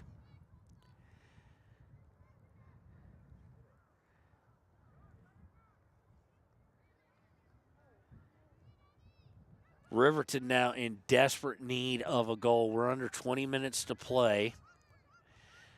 and they don't need to be thinking about trying to tie it right now. Never want to be shut out, but you got to get one before you can get the second one. I know, words of genius, sheer obviousness, but as coaches would like to say, it needs to be thought about. Just get one.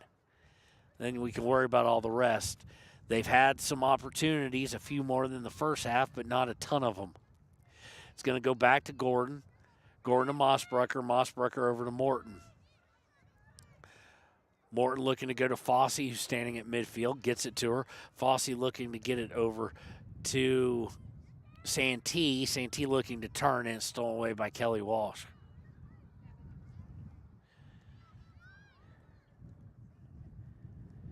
Kelly Walsh going to look to come down the near sideline, and they're going to lose control of it.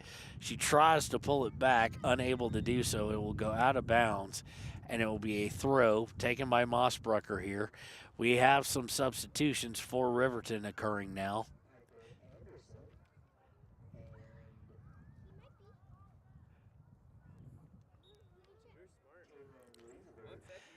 Leesburg and Anderson coming in. At least that's the number we've been told. I don't have her on the game roster. Haven't seen her this year, I don't think. Let's see here if we can get. Yeah, that's Piper Anderson, number 2.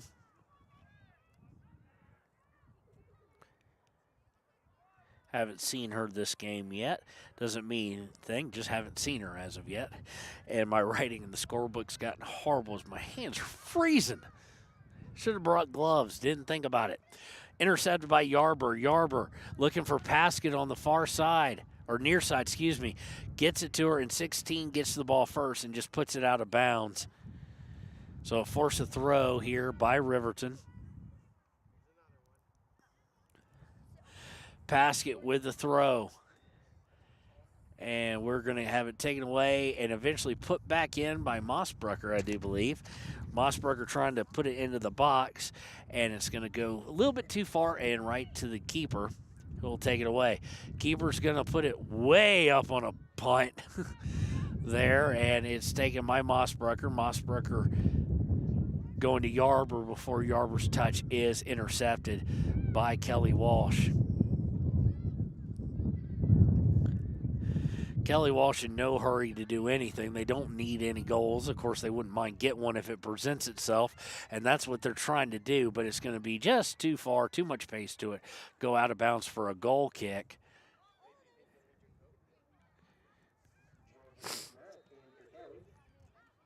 This second half, of course, when your team's down by 3, this second half has gone very quickly. We're at 16:40 mark left in the match. Ayana Meharado setting up to do the goal kick. Meanwhile, Gordon is going to be substituted for.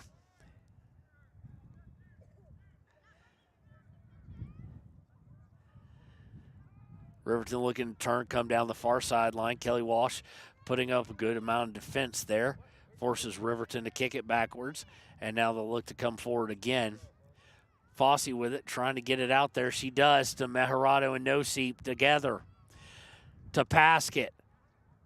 Paskett looking to get it on a pass, and they just blanket her in her passing lanes immediately. Noseep came away with it to Leesburg. Leesburg will kick it backwards. I think that's Mathill. Can't tell from this distance. Looking for Leesburg. Leesburg going to look to cross it. Does. Nobody but Kelly Walsh players there in the line, though, and they're able to get it back out. Mathill with it again. Taken away by Kelly Walsh over Fosse's head. And they'll look to turn it. Errant pass going to be, Yarber's going to be beaten for it by 14. Kelly Walsh will look to milk more time off this clock.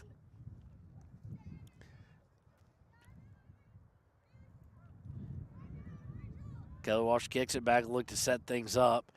Mossbrucker overkicks it, I should say. Morton's going to go back for it, though. Voted in the senior superlatives as most likely to be an Olympian, Savannah Morton. Taken away, though, by Riverton. Yarber now with it off the pass from Meharado. Trying to bring it down, gets it to Paskett. Paskett looking for a long cross. It's going to be deflected, but it'll fall right to Meharado. Deflected backwards, though, and Fossey looking for Yarber, and Yarber unable to get to it before it goes out of bounds.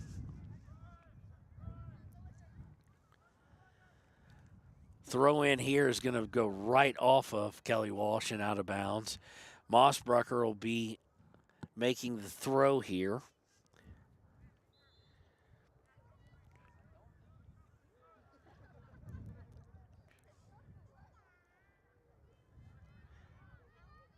Throw's taken away by Kelly Walsh eventually as it got towards the box. Kelly Walsh will look to clear it. Intercepted momentarily by Riverton, but Kelly Walsh will get it and they'll try and put it downfield. Morton in 18 going to run for it, and it's actually going to go out of bounds before 18 can really get there. Good job by Morton to shield the last second away, and it will be a throw-in, or excuse me, a goal kick for Ayana Meharado. 13 and a half minutes play. Meharado kicks it short to Mathil. Mathil immediately marked by number 21. Mathil looks to turn, intercepted momentarily, and now taken away. It's going to wind up at Savannah Morton's foot, though, and she'll boot it down to Paskett. Paskett, nice deflection to keep it from being cleared. Paskett trying to get underneath it, and she has her hands in her face because she tripped and lost control there. She's a little bit frustrated with herself, I think, on that one.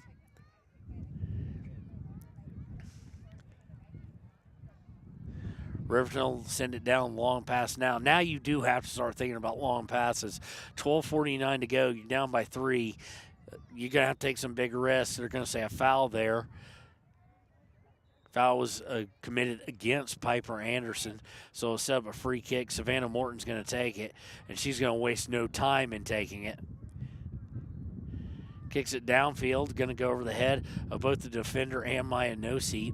Noseep trying to get to it. She falls down. It's going to last go off of Kelly Walsh, though, and it'll set up Riverton's first corner kick of the day with 12:20 to play. So let's see who's going to take that. I won't be shocked. Nope, there goes Savannah Morton. I was about to say, I won't be shocked when Savannah Morton takes off for the corner, and that's exactly what she is doing. Of course, Savannah Morton more often than not going to take the corners and free kicks, except for on goal. On goal, they're going to call up the specialist, the offensive superstar Cammie Paskett for that. But Morton here with the corner. And I think she was going for the Olympico again. This one actually didn't even hit the side of the net. It actually went behind the goal. That's been kind of the day it has been for the Lady Wolverines. They'll set up a goal kick here with 11 and a half minutes to play. It just hasn't been a good game for Riverton. That's not taking anything away from Kelly Walsh. Kelly Walsh came in here at 0-2-1, or 0-1-2, excuse me. 1 defeat, 2 ties. And they came out with, their coach came out with the perfect game plan, did Coach Reeling of Kelly Walsh. And they have executed it to perfection. Riverton taking away the goal kick there. Still looking for their first goal, trying to get it Paskett. They now get a cross, taking away Fossey, looking to just put it back towards the box, goes to Yarber instead. And Kelly Walsh is going to come away with it. No, Mossbrucker coming all the way up to force things. The only person back now past at midfield or past it is Savannah Morton. Everybody pushing forward. Kelly Walsh looking to clear, goes to Gordon. Looking to clear again, and it will go out of bounds. Morton will run up and look for the throw.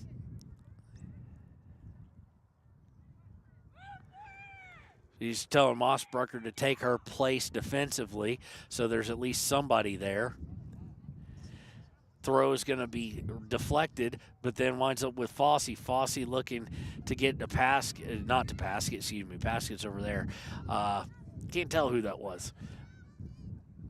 And now Kelly Walsh looking to counter one final time. Not sending a whole lot forward. It's going to be intercepted by Mathil. Mathil to Fossey. Fossey to Sealy Morton. Morton to No Seep.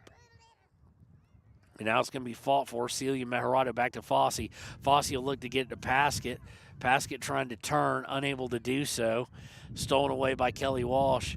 And it will go out of bounds. Let's see who it's going to go off of last. They'll say out for Riverton, or off of Kelly Walsh last, so it'll be Riverton's ball, but there's no time. Under 9.5 to go, 3-0 Kelly Walsh. Mejorado now taking very vocal, Ayanna that is, telling people to make space and get open and move, and she was not happy with what she was seeing out of her fellow Lady Wolverines there. Kelly Walsh is going to steal it off the throw-in, and they'll look to send it forward. Morton able to get her foot on it and sends it right back. Goes to No Seep. No Seep trying to get to Paskett, unable to do so. This time Kelly Walsh is going to clear it much further, and it's going to be Morton and 18 fighting for it. Morton comes away with it, gets it up to Yarber. Yarber looking to cross over to Fossey. Fossey now going to have it taken away. She's trying to let the ball settle a little bit. Taken away. Mathill trying to take 21 off of it. She can't do it either. Past 18, and now they have a little thing going here to Kelly Walsh. Going to put it on net, and no, it's going to be too high, as we've seen. But that's their first even shot attempt in quite some time. Of course, Kelly Walsh in no hurry to put a shot on. No need to, as they lead 3-0, 8:12 to go. Substitutions now coming in for the Lady Trojans. Lady Wolverines going to stick with what they have, which is basically the starters from the first game of the season, who they came into the season with. Yarber started a couple times. Yarber is still in, actually. Yarber didn't start in that first game, but she's the only one who did not start the first game who's in right now. Trying to see who's not in for Riverton, who was a starter in this game. 7:35 left. Kelly Walsh looking to cross it. They do so, but it goes right to Morton, and Morton will send it 25, 30 yards downfield, trying to get things going in the other direction. Kelly Walsh able to steal it away, though. They'll look to turn, and now they'll just kick it back, content to just set the possession. Fossey, realizing that, comes up on the midfielder who's just kind of holding the ball. Falls to the ground, though, and the midfielder is able to get rid of it.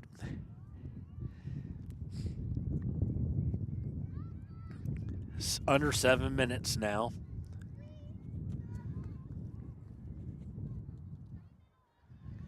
Kelly Walsh with possession of it in the attacking third. Not really looking to make a move past that, though, and get deeper in unless it really presents itself. This time they did look on a break for number 12, trying to make it present itself. Mossbrucker is going to deflect it out of bounds. It'll be a throw-in. Throw into the box to number 18. Good defense by Morton, Mathill, and now Mossbrucker. Mossbrucker will send it out of bounds, though, in the corner. Difficult place for a throw-in. It will be a Kelly Walsh throw here.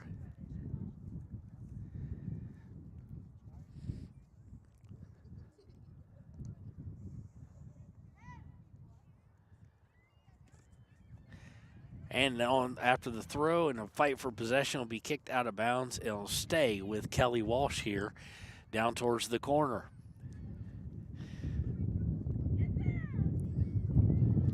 Fighting for possession as they threw it back towards midfield is Celia Mejorado along with number 6 of Kelly Walsh. Kelly Walsh is going to come away with it. And that's just been kind of another story of the game. The 50-50 balls have just not been there for Riverton. They have not been able to come away with their share of them. Kelly Walsh has kind of dominated that aspect of the game too. Just a good executed game plan, and got up early, and 3-0. That's a large deficit at half in this game, especially on the road. You would like to see Riverton get one here. They've not stopped playing. They have not given up on this as far as the effort goes, a sign of Coach Wahid and his program here and those young ladies trying to get to Paskett, but deflected away. Now going to the outside. No Seep trying to get down there, as is Celia Mejorado. Yarber Paskett. Everybody trying to get forward. It's going to be thrown in the box. Trying to one-touch it was Paskett. It went right into the face of a Kelly Walsh player. She's been over for a second, and she now gets up. Keeper is going to check on her. It's going to be angled out of bounds by Riverton's Fossey, though, as we're under 4.5 minutes to play.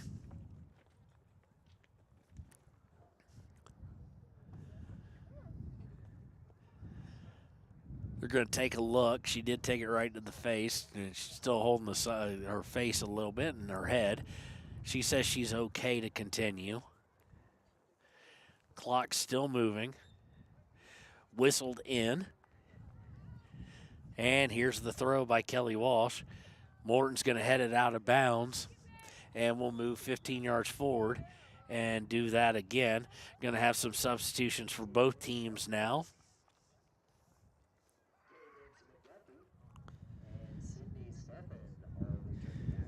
Yarber coming out, Seeley Morton coming out.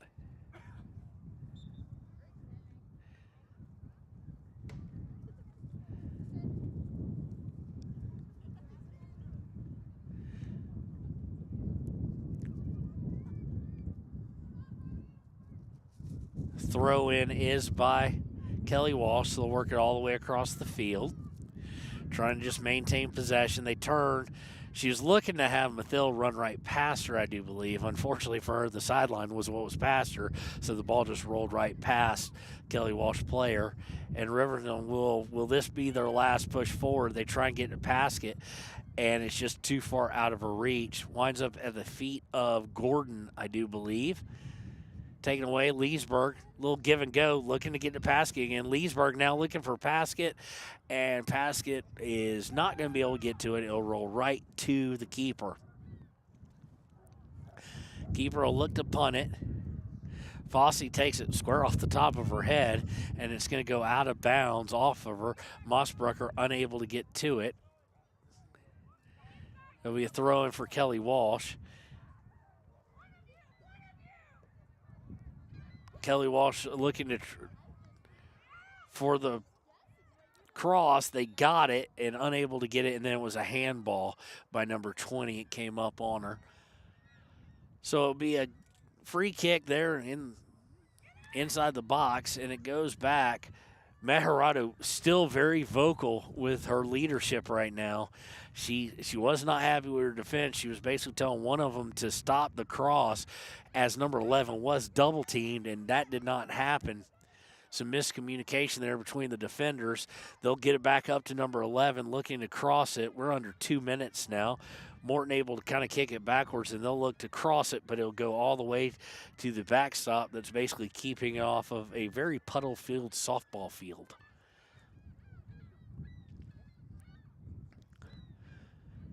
Meharado with the kick. It's going to wind up. They're going to look for Paskett again, and it's going to be taken, this time only double teaming her. They were able to get to it first and keep her from being able to get up on it. Fossey with the steal, though.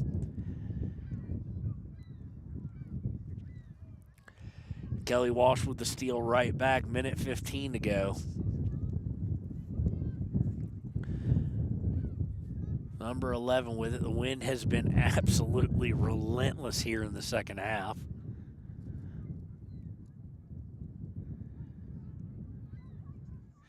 And now you can tell Kelly Walsh is just going to try and keep possession. They kick it all the way back. Keep possession as we're under 50 seconds now.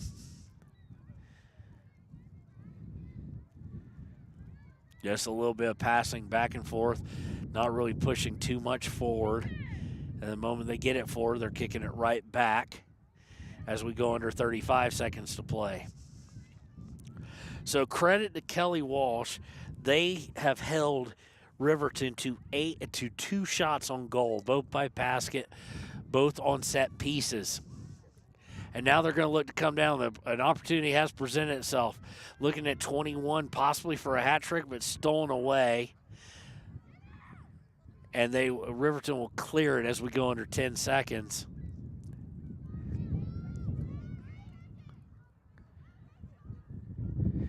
And 2 seconds, 1 second, and that is your ball game. Kelly Walsh defeats Riverton by a score of 3-0, all three coming in the first half. No real shots on goal coming for Kelly Walsh in the second. They didn't need them, though. And we will be right back with it, if I can see it to highlight it, the Click It or Ticket postgame show here on Wire Today. Riverton's Hampton Inn & Suites is proud to sponsor our youth athletics in Fremont County. Fremont County school athletics provide our youth timeless experiences and lessons that can lead to success for life. Setting goals, teamwork, and hard work make young athletes into good citizens. When repairs are complete after a collision, you expect your car, SUV, or truck to look like new. That's the service you'll receive at Stork Auto Body in Riverton. Professionalism and meticulous attention to detail. You can depend on Stork Auto Body, 841 Miniweb Avenue, Riverton. The choice is yours. Sutherland's Friends of the Family Plus Consumer Credit Card lets you choose from 5% off instantly at the register or special financing on qualifying purchases. That means no forms, no waiting, no rebates. You can choose 5% off instantly with your Sutherland's credit card. Got a big project? Choose special financing. The choice is yours with Sutherland's Friends of the Family Plus Consumer Credit Card. Subject to credit approval. Minimum monthly payment required. See store for details. Only at Sutherland's. At Teton Therapy, our people make the difference.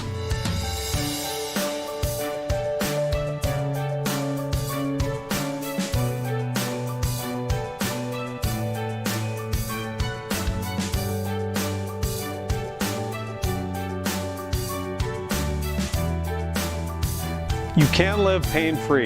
The amazing staff at Teton Therapy can help in Lander and Riverton.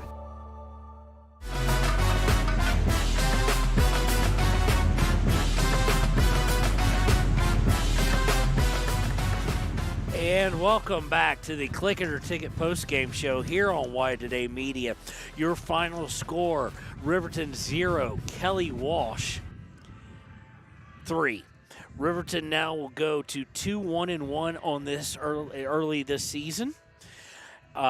Riverton unable to really muster possession offensively. A little bit better in the second half, still not great. First half looking for the long passes. Kelly Walsh had a good game plan coming in. That was to keep the ball from getting to Cammy Paskett. They were able to do so. She had 2 shots on goal, the only 2 shots on goal for the team on the day, both from set pieces. So they're able to keep her from getting in open field and open looks, and no one else was really there playing up to take advantage of that either. The big key difference in this game, though, the short controlled passing, the controlled aggression of Kelly Walsh. They came in here seeking the first win. They're back in the friendly confines, and they got up early, and then they added to it. And in a bad conditions, cold, windy, snow blowing in tonight, they were able to put away Riverton to the point where Riverton was going to be unable to come back.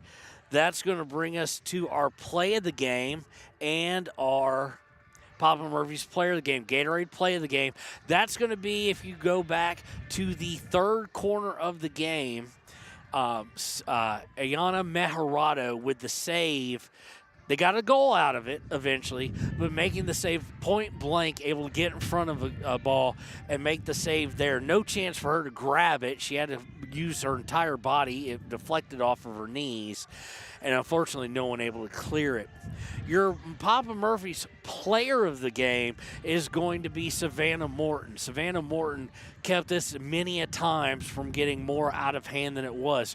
Really that whole back line, but Savannah Morton a little bit more than the others just in this game. That back line is usually extremely good. Gave up a few little early possession balls, but again, that was the short play, short controlled passes. Not wanting to get anything too long because of this wind. Wind was blowing right to left, left to right, depending on your point of view, and it caused some major problems on longer passes. Anything really that got up in the air, it kind of messed with. So, again, your final here on the Click It or Ticket postgame show is the Riverton Lady Wolverines 0, the Lady Trojans of Kelly Walsh 3. We're going to jump right into the Hampton Inn Suites pregame show here. The boys coming into this game looking to get back on the winning ways. Of course, this past week against Jackson, falling 6-2, and it really wasn't just the 6-2 part of it. That was maybe a little concerning, if you will. It was the way the game was played, and I'm not saying the way Riverton played the game. Riverton had its hands full with a good Rock Springs team, but there was never any flow to it, and hopefully that won't lead to a disjointed game tonight here in Casper.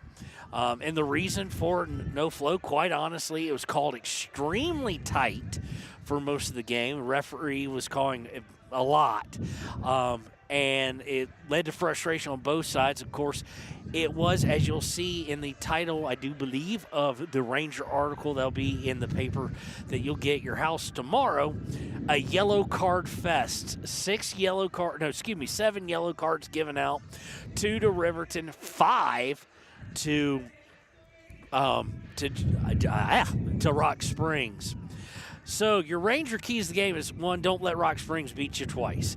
Don't let what had to be a very frustrating performance, but also frustrating style of a game being called, really linger any further than that one last Friday. I'm sure Coach Samuelson has drilled that into them, and they won't let that happen. The second thing is going to be somebody is going to want to get either Kelly Walsh or Riverton. You always want to get up early. May be extremely important today. The wind, especially in the second half, has been picking up. We're standing right by our equipment. I'm standing right by our equipment. Connor was smart enough not to want to come to this one. And we couldn't check it out of school early enough anyway. But it is going to get cold. It's already cold. Everybody's out here in hoodies and coats and beanie hats and whatnot. Blankets are in full effect. People got those everywhere. It's not pleasant environment. It's not going to be pleasant on that field where the wind's going to be felt even more. So get up early where you don't have to really push things and you can kind of play through the misery with a lead. No fun trying to come back when you're miserable. The wind is expected to kick up even more. And the cloud coverage expected even more. You can actually see it right now. We've gotten kind of lucky. We've got a spot where the sun is kind of burned through. They're not very thick clouds, but as we look back from the direction that they're coming, there are a lot of them. And they do look thicker. So we don't anticipate any precipitation of any form during the game. But following tonight, after we are already all hopefully safely back in Riverton, they are expecting some. So we are dealing with the prequel to that. And it's going to be interesting to see Riverton without some key players. Again, it looks like today. But it's going to take everybody's effort. We'll see if May, one concern that we have or that I have is May back to full strength? He's kind of been clutching at a hamstring in a couple of games. He's played through a kid as tough as nails, and hopefully that means that it's not just toughness, but the injury wasn't bad. But he has had 2 points where he's had to come out. Trainers looked at it in this early season. Of course, Riverton looking to try and draw themselves even at 500 on the season. They are 1-2. And we'll see if they can do that. So really the key is put the last game completely out of your mind. Get up early so you can play in what's going to be a not so fun environment with a lead. So that's going to do it for the Ranger Keys of the game. We've got some bills to pay, and soccer's not the most commercial-friendly sport. Sorry, I'm having trouble talking now. The wind's getting to me. It's not the most commercial-friendly sport as far as it doesn't have commercial breaks. So halftime and beginning of the game is about and in the games about the only time they get a chance, and we want you to go out there and patronize, give them your patronage. Simply because they're the ones who make this happen. For those of y'all staying back in Riverton, coaching staff for the boys team came up, asked if we were going to be live streaming the game for Kelly Walsh. So I turned around, he saw the Riverton hat and saw it was me and said, "Oh, you're our guy." We're trying to do more games than we've ever done before, and we're trying to bring you all the away games we can. We missed one already. We're going to miss one more on the season, but we should be at all the rest. And those businesses you see those ads for, they're the ones who make it possible for us to have people like Austin, myself, and others hit the road for all the sports all season long. So please, go out there. Say you saw it on Wire Today sports coverage. Say you saw their ad and you want to support them for helping support your kids. So we're going to take a break. We'll be right back after we pay some bills here on Wire Today.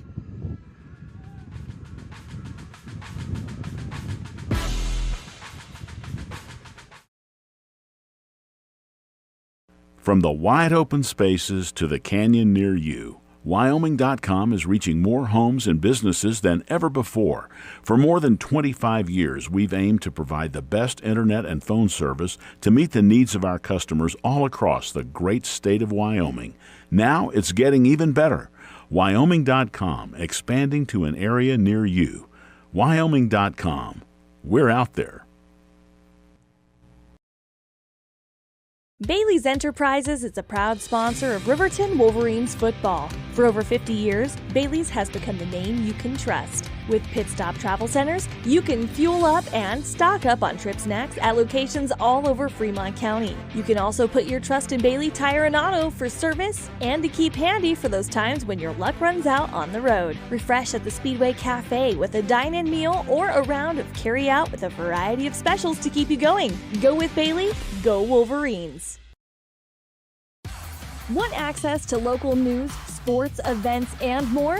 Download the WYO Today app. Now available on all platforms. Stream your favorite radio station, submit something to buy, sell, or trade for deals on the dial, or view contests and special coupons. Better yet, the WYO Today app is the best way to access free HD video of Fremont and Hot Springs County athletics. It's all at your fingertips.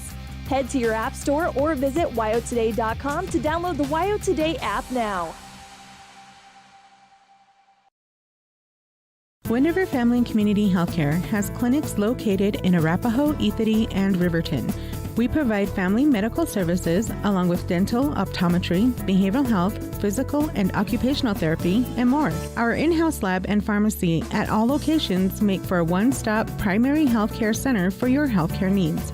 Wind River Family and Community Healthcare is striving for a stronger, healthier community because Wind River cares. More information can be found at windrivercares.com. High Plains Power is a Touchstone Energy cooperative. What does that mean for you as a Rural Electric Association member? It all comes down to 7 principles: open membership, one voice, one vote, member benefits, independence, education, cooperation, and community. To understand how it all works, we're headed back in time. In 1879, electricity was in major cities, but rural areas were out of luck. In 1935, President FDR made it possible for companies to build power lines to unserved areas. By the time we hit 1941, some 400 electric co-ops had been organized to serve rural America, just like High Plains Power. For more information, visit highplainspower.org. We believe that everyone deserves a second chance, including us. Hi, I'm Brian Robacher, CEO of Atlantic City Federal Credit Union. And if we said no to you in the past, I'm asking you for a second chance too. In the midst of everything happening, we are committed now more than ever to second chances and when it comes to your finances. An auto loan for your new car, business loans, home loans, and more. Give Atlantic City Federal Credit Union a second chance to give you a second chance. We've been helping our community thrive since 1964, and now it's your turn. Visit atlanticcity.coop to apply today. Atlantic City Federal Credit Union, federally insured by the NCUA. Wyoming Waste hopes that all Fremont County sports teams dismiss their opponents like Wyoming Waste dismisses your trash. They offer services from roll-off cans, commercial, and residential garbage. Wyoming Waste services Fremont County, Hot Springs County, Washakie County. They are open Monday through Friday from 8 a.m. to 5 p.m. Please call 307-856-5354 or stop down at the Riverton office, 730 South Broadway. Wyoming Waste wants to wish everyone in Fremont County good luck in their sports this year.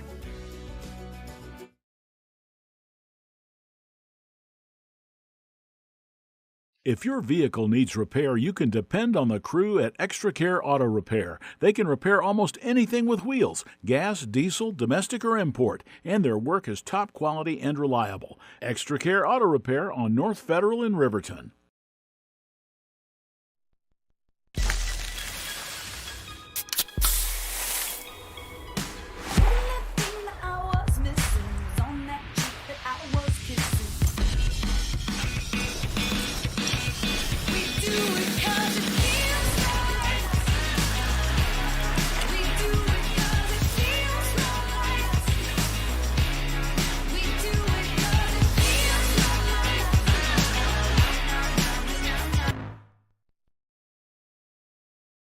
You need an oil change, but you don't have a lot of time. Expressway Lubes on South Federal in Riverton and Highway 789 in Lander provide a fast, professional lube oil and filter change. Expressway Lubes, locally owned and proud to support our local student athletes.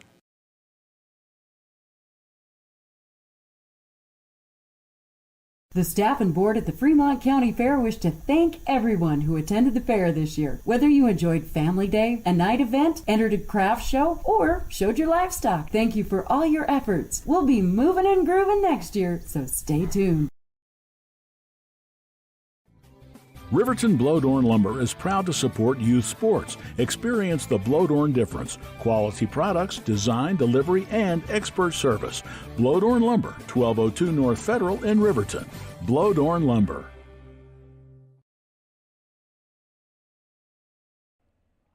Do you need a midday pick-me-up? Lander Coffee Company serves delicious, fresh roasted coffee, tea, and other drinks.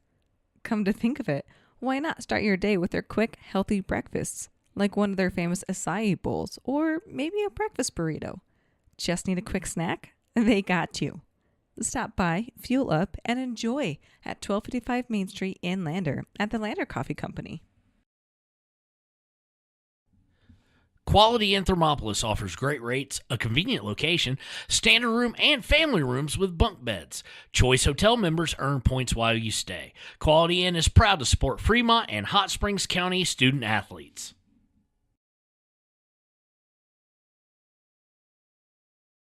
Head to Nana's Bowling and Bakery in DuBois for Family Fun Night. Now booking parties for all ages and occasions.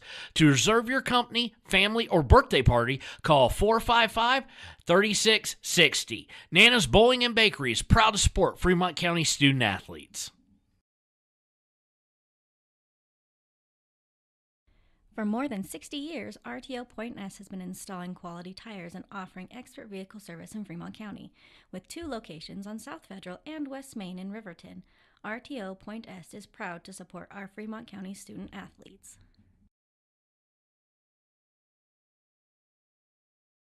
If you're planning home improvement projects, look no further than Valley Lumber. They provide nothing but the best from lumber, power tools, hardware, paint, plumbing supplies. If you need it, they have it. Valley Lumber at 290 North 2nd Street in Lander.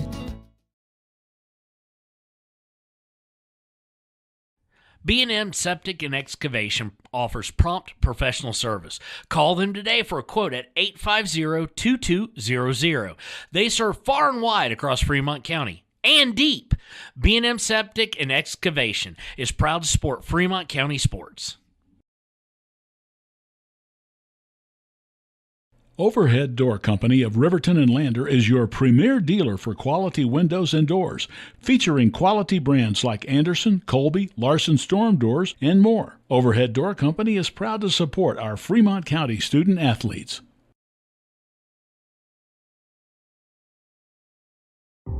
For a place, a people, an idea, for right and freedom. for liberty and justice for all. For every square inch between fruited plains and spacious skies. Marines fight to win. See all the battles Marines fight to win at Marines.com.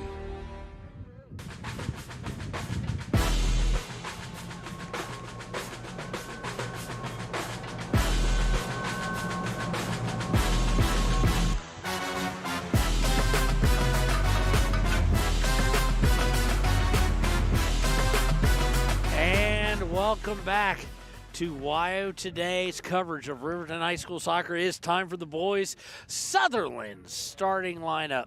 Again, not Grace lineups we've got here. We do believe we're going to be a little bit better off for the Kelly Walsh boys. They're going to start with Boyce, Adsett. Actually, no, we do have their numbers completely wrong, but they do have some of them right. So we'll go with them at some point. But we're just going to give you the Riverton starting lineups. Again, like we said, different from what we've seen at times. Riverton not going to be starting. It doesn't look like he's dressed or here. Logan Davis. Clausen is not going to start as well.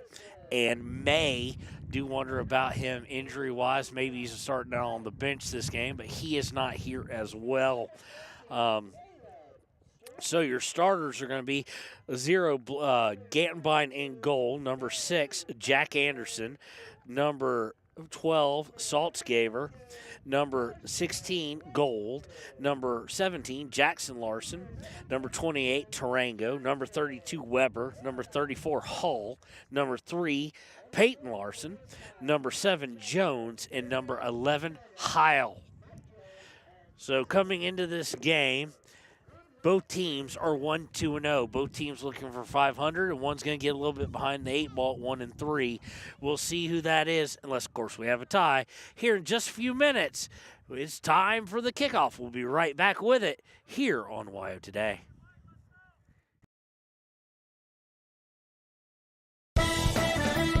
Shoshone Rose Casino and Hotel is proud to support youth sports in Fremont County. Enjoy a meal at the Deca Gai He restaurant. Deca Gai He is Shoshone for the eating house. Open daily from 7:30 a.m. until 9 p.m. Try a weekend getaway with the family in one of their comfortable, pet-friendly guest rooms and enjoy the heated swimming pool. Book online at ShoshoneRose.com and remember to support Fremont County youth sports. Go team!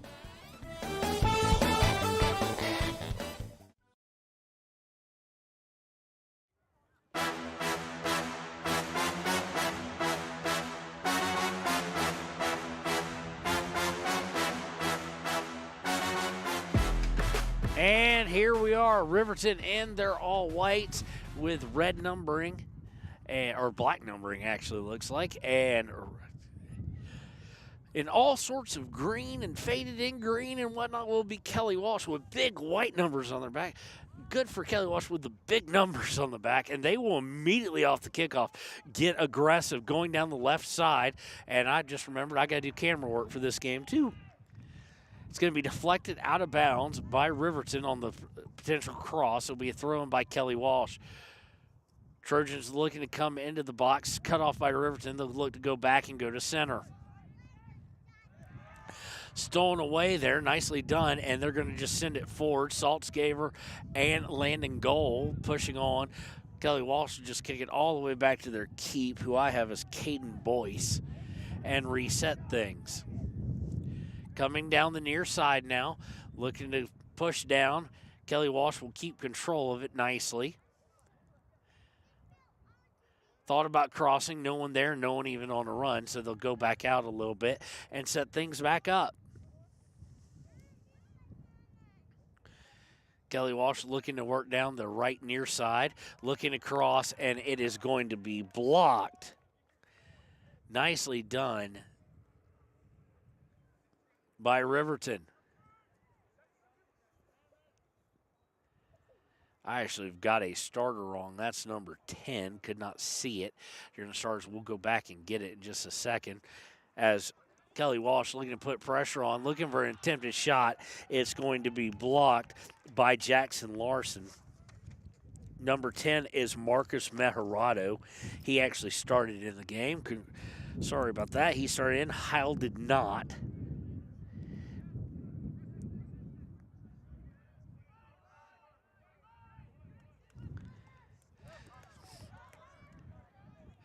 Kelly Walsh trying to play very aggressive early on. Now they're going to get into the box. A little bit of a hold, and it's finally going to be whistled. And I think he's pointing at a penalty. He is indeed.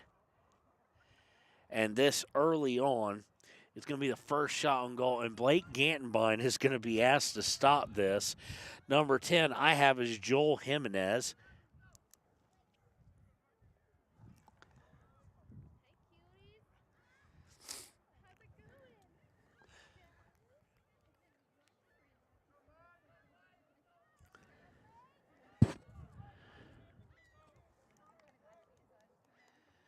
So 37-39 left we're going to have, and that foul was against Mejarado. Jimenez approaches, puts it on, goal.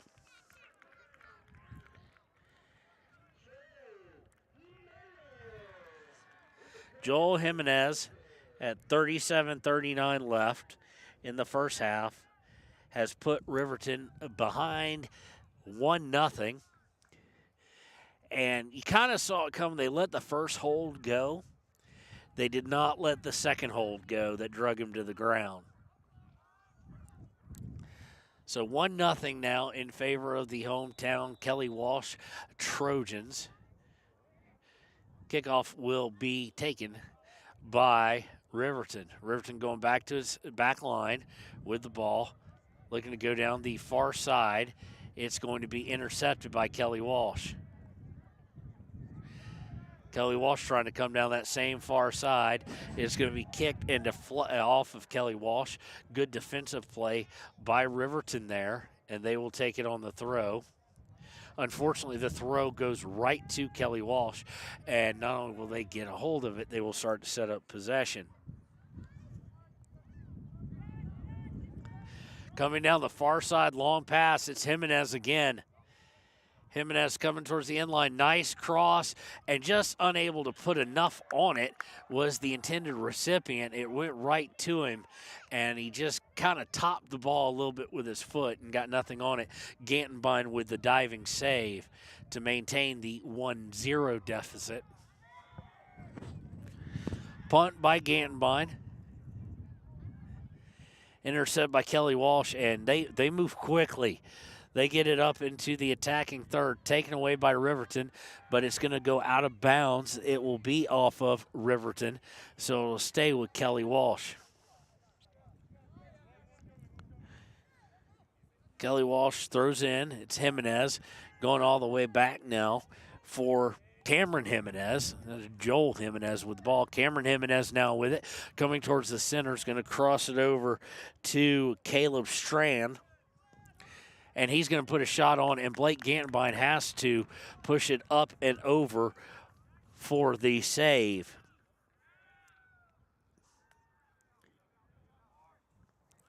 So this will lead to a corner kick now. Corner is going to be taken. Let's try and zoom out just a little bit, get you a little bit more of that. By Joel Jimenez. He's going to put it on right in front of the goal. It's going to be cleared out by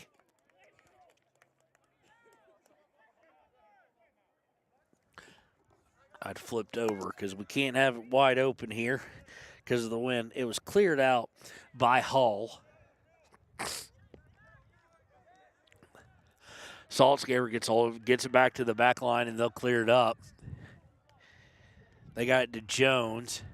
Jones looking to get it to goal, forcing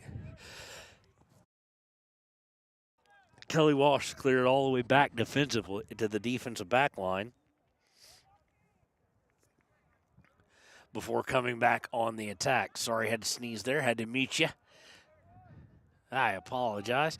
And it's going to be with Cameron Jimenez now. We do have a better lineup card for the boys than we had in the previous game, so we should be able to give you an idea of who's doing what here for them. Unfortunately, we cannot have our scorebook open where we can see both of them at one time, simply because they'll blow away. Rowan Harris just had it, though, and he lost control of it to Jones of Riverton, trying to get it back to Gold on a give and go. Was not there. It was kicked and cleared out of bounds by the I almost said the Lady Trojans, by the Trojans. Riverton trying to get past midfield again, has it taken away. Strand with it. Strand's going to get it all the way over to Murdoch. Murdoch on a pass for Luca Pike. He loses control of it. It will go out of bounds, though, off Riverton. Marirato able to send it back out of bounds. It'll be a throw taken by Kelly Walsh. Kelly Walsh looking to work it in the box, looking for a cross. It's high, and the wind has kind of changed direction.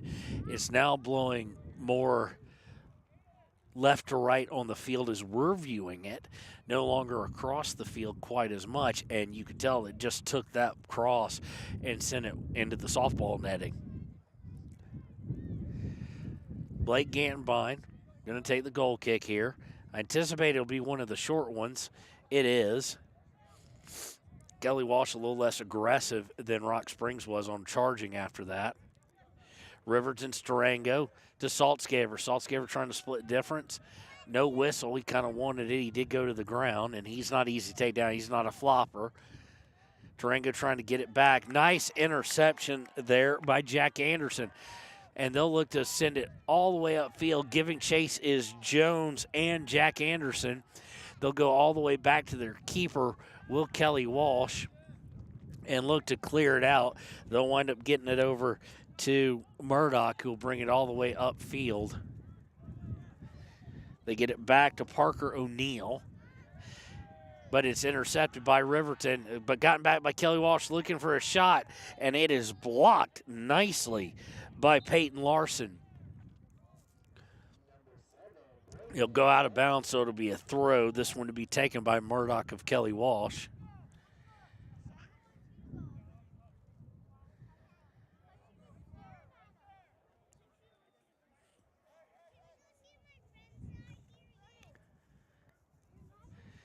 After we have some substitutions, Jimenez coming out. Coming in for him looks like to be Braden Walden.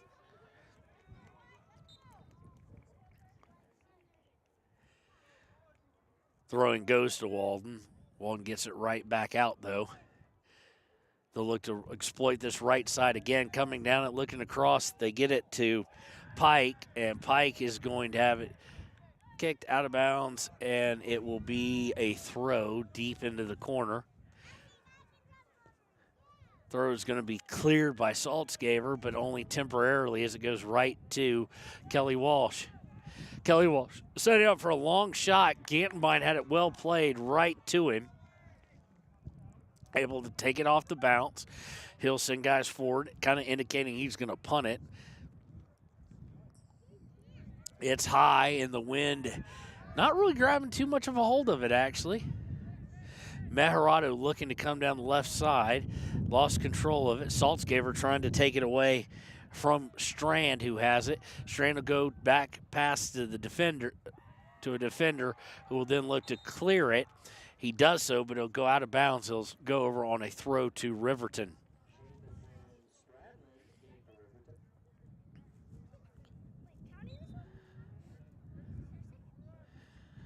Coming into the game, I do believe I heard the name Spradlin.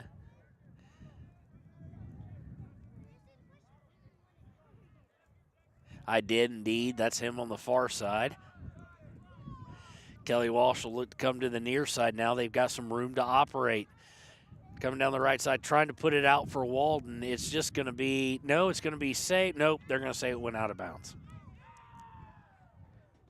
So it'll be a throw by Riverton. After one touch by Kelly Walsh, Tarango sticks a big boot out there and kicks it towards midfield. It will go out of bounds, however.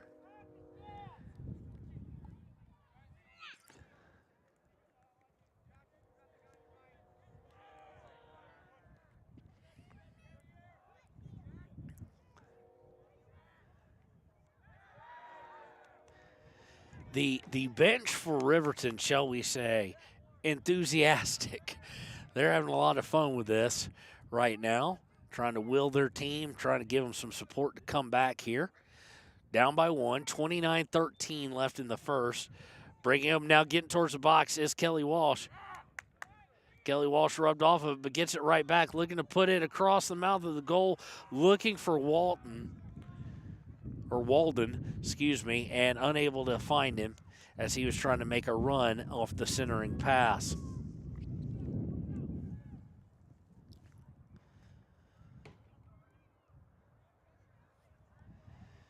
Goal kick short as they've been as of late.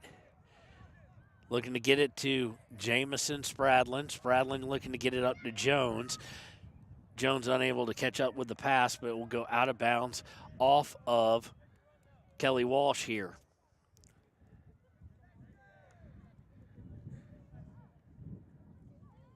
Kelly Walsh, on the throw looking for Jones. Kelly Walsh came away with it, though.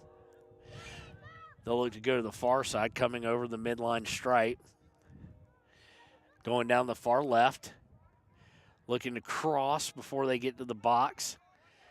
And Matt Hirado will make a play on it, loses it, though. Murdoch now looking for the cross, partially deflected by Weber. And Saltzgaber's going to come away with it. Saltzgaber, the sophomore, phenomenal midfielder for Riverton. He looked for Tarango. It winds up going past Jones and Spradlin. Back to Saltzgaber, though, but he's unable to catch up to it after trying to pass it up again.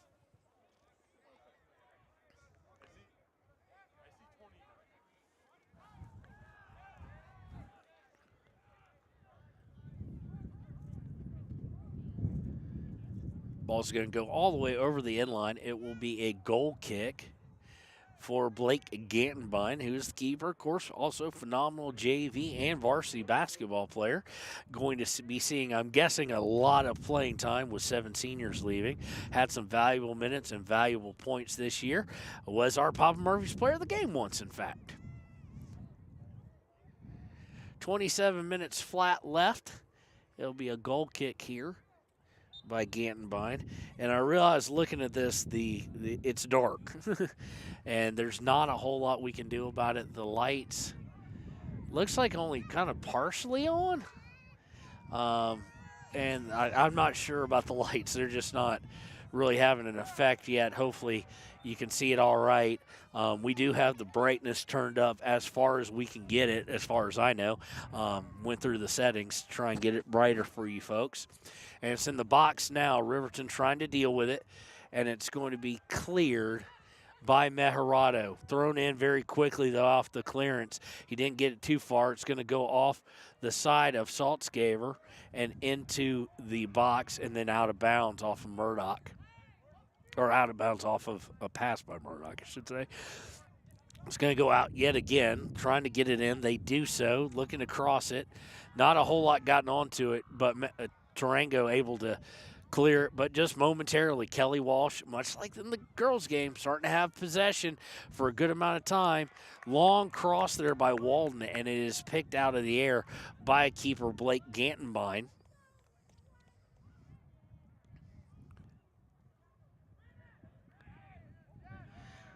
Off the head of Jones. Jones going to give, actually not Jones this time, excuse me. That is Sears, I do believe. Yes, it is. Sears. It's going to go off of Hunter Saltzgaber, though. Sears was giving chase. We saw Landon Gold start in the game. And then, or at least I thought we did.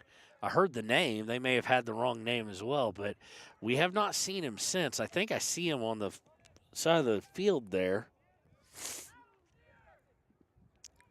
But we haven't seen him first. Of course, he had 2 goals last game. He's the starting forward for your Riverton Wolverines. Now looking to get it up towards the box, looking to cross number 11. He's going to do so, but he's going to be called offsides, I do believe. Yes, indeed, that is exactly what they're calling on the far side, was offsides.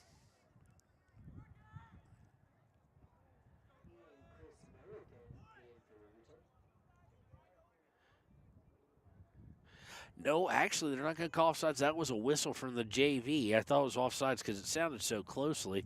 It just went wide, so it'll be a goal kick. Gantenbein going to take it short.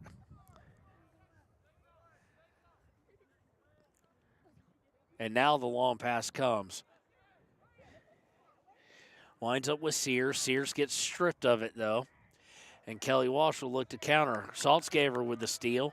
Just went after the steal went off his foot just a little bit too much, and it wound up with Murdoch. Murdoch gets rid of it. Now they're going to look to pass it back. Sears trying to cut it off, unable to get there in time, and allow Kelly Walsh to set things up at the midfield. They get to Walden. Walden's along with Murdoch there. Walden's going to go towards the center.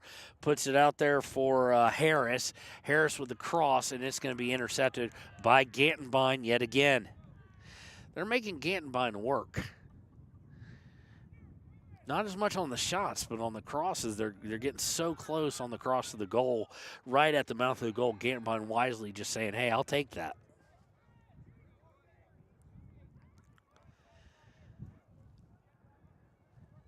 The wind is starting to whistle now on my microphone. If y'all can pick that up, I don't know if you can or not. I can hear it in my earpiece.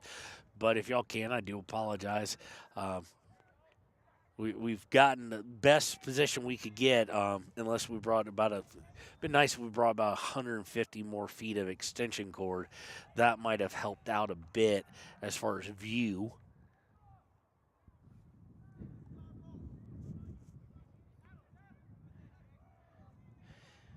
Riverton doing a good job overall, conceded the early one off the PK. But possession-wise, they have just been absolutely dominated since then. Everything is happening, keeping that back line and Blake Gantenbein, they're playing on their heels. And they need to get something going. Obviously, two starting forwards out for Riverton right now. I think that may be Gold coming back in. He spent quite a bit of time out. Let's see if it is or not. They're not going to recognize the substitution quite yet, so he's going to have to wait.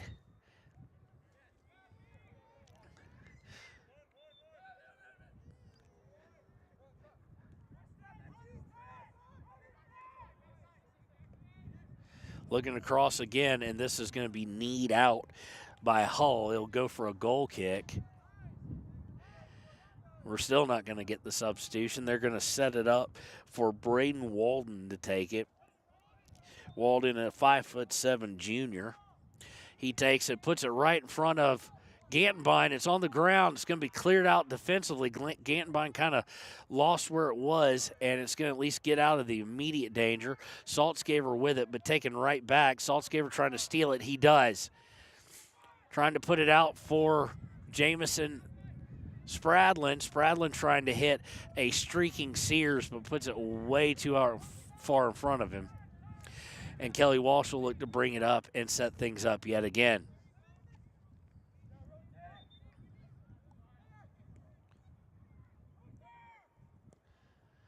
Walden with the cross. It's going to go way out of reach of anybody but Jackson Larson. Larson chases it down. Unfortunately, he's the last one to touch it before it goes out of bounds, so it'll be a throw.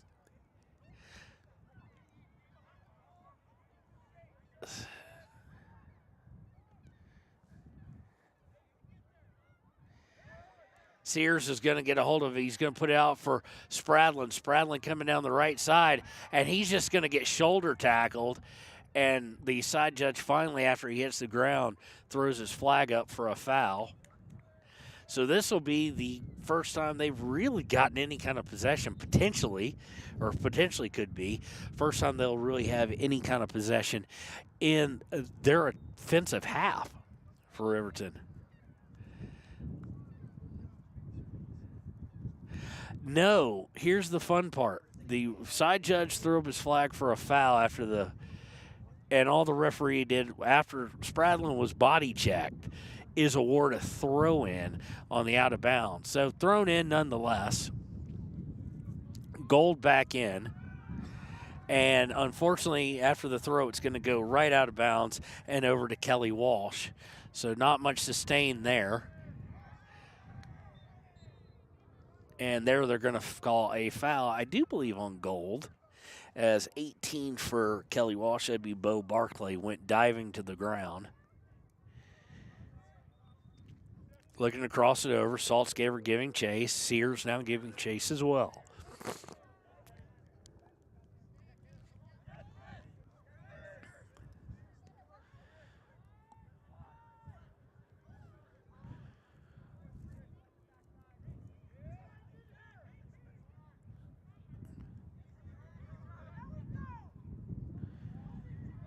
Riverton with a steal, trying to get it out on the outside, trying to do something here offensively, where they've just been kind of out of sync. They've now got it down towards the box, trying to set things up. It is stolen away, and it's going to be cleared, but put right back in, or at least attempted to, by Peyton Larson. It's going to go all the way to the back line, but Riverton going to send it forward. Their back line trying to push it back in towards the box, does so.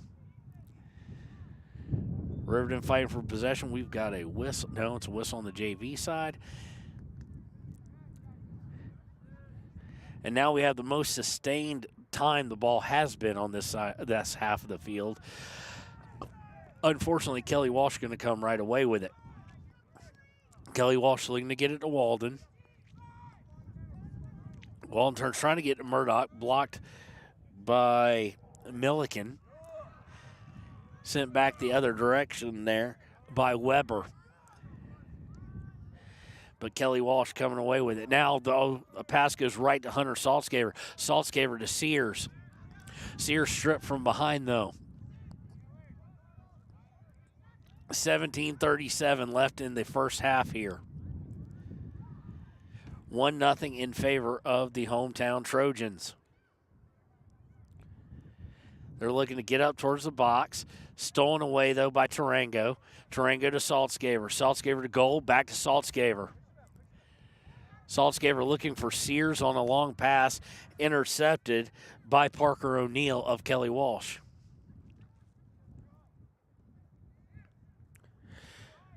Crossing it all the way over to the near side to Walden. Walden gives it up to Barclay. Barclay back to Walden.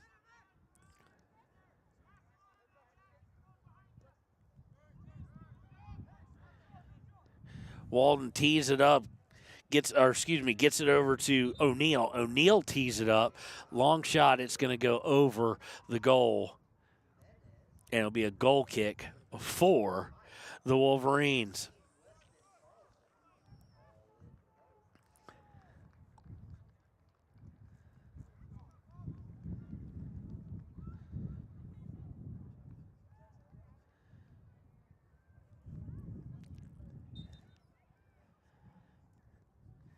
Gambine with the short goal kick to his right. Now they'll look to put it down the right side, intercepted by Joel Jimenez, who just checked back in.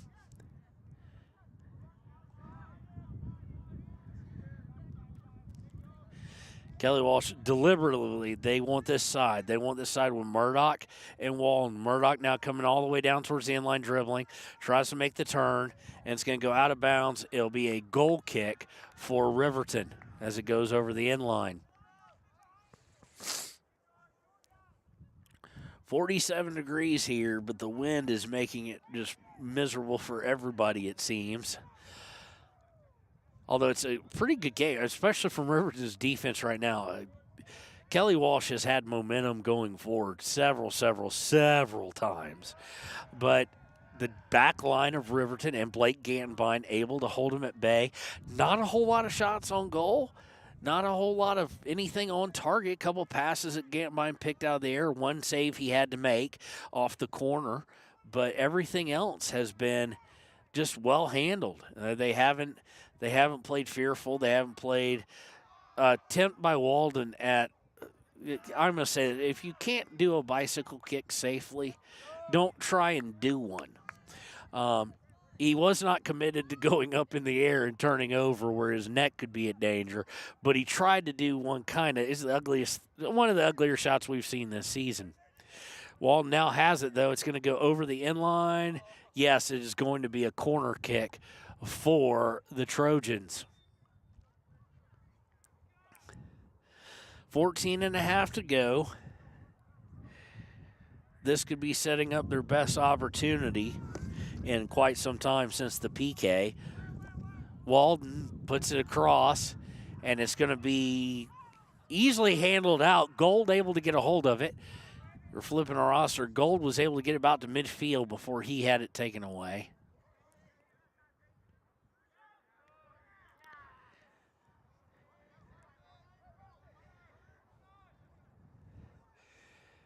If this is I do apologize. I'm looking at what y'all are looking at, and it's dark. I do apologize. Nothing we can do about it, really. It's just time of day where the sun is. It's about to get potentially really bright in your eyes, though, where the sun is. Let's see if we can zoom out a little bit, maybe get things better. Nope.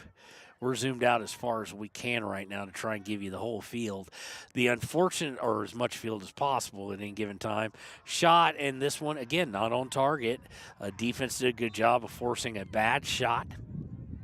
And it'll be a goal kick for Gantenbein again. If this is the best the Lights can do, as we get later, it's going to be very interesting to see how things go. Especially if we have any kind of elongated timeout situation. We don't wish that because really here, the only thing that could that be for is like an injury. But if we have any kind of small additions of time, so to speak, where the clock is stopped, it's going to get dark. And these Lights right now aren't showing like they're the greatest in the world for what we're trying to do. Saltzgaver had it, lost it. Going to go over to Kelly Walsh. Kelly Walsh, again, playing in their attacking third. Murdoch with it. Murdoch crosses over to Maxwell. Maxwell wanted to set up the shot. Goes through two defenders. Lays it out for Walton. Walton going towards the inline, looking to cross it, and that'll set up yet another goal kick for Kelly Walsh. 12-15 and counting.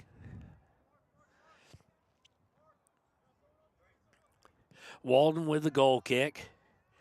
It's going to be headed and over the target. Headed once, then headed a second time by Gibson, and it goes over the goal.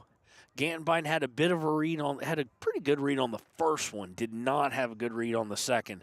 And I don't think that was a pass per se. I think that was two guys going for goal on the headers. And almost a huge mistake there on the short goal kick. It almost goes over the inline on a pass across, and Riverton's just going to wind up kicking it out of bounds. Just a kind of a series of mistakes there, and it's going to be a throw-in for Kelly Walsh. Kelly Walsh is making enough time in their attacking third on their own. They don't need the mistake. They don't need the help. Riverton's got to be very careful in those situations. You don't want to give them even more opportunities because Riverton has shown no ability so far to get the ball in their attacking third and keep it there for any amount of time. Ball's going to go out of bounds yet again. It will be off of Riverton this time.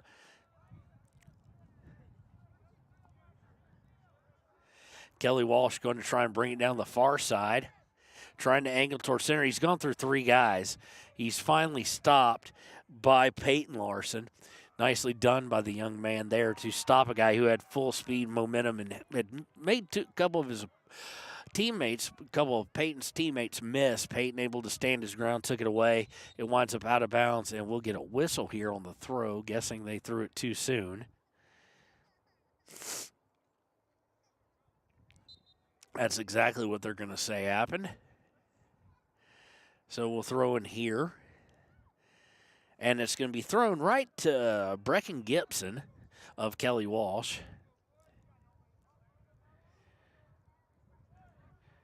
Mejarado and Gold playing up. Mejarado overruns it. Is now trying to get back, does so. But Kelly Walsh will once again move it into their attacking third.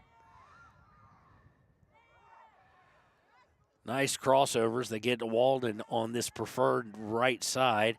They're trying to get it to a running Pike. Pike unable to get to it, but it does go out of bounds. And it'll be a corner kick. This one taken by a short corner from Walden to Pike, back to Walden. Walton up top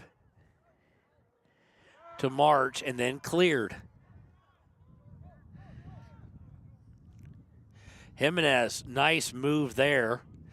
Lost Hunter Saltzgaver. He puts a shot on, and it hits off the post.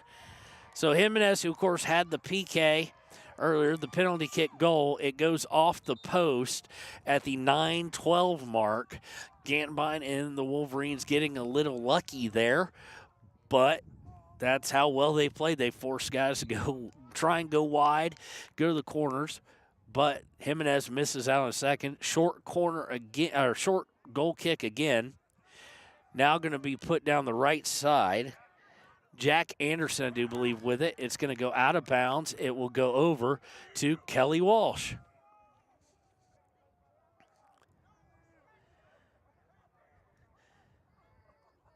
Kelly Walsh inbounds at Riverton, able to poke it away and poke it a little further downfield. Now Jack Anderson with the takeaway.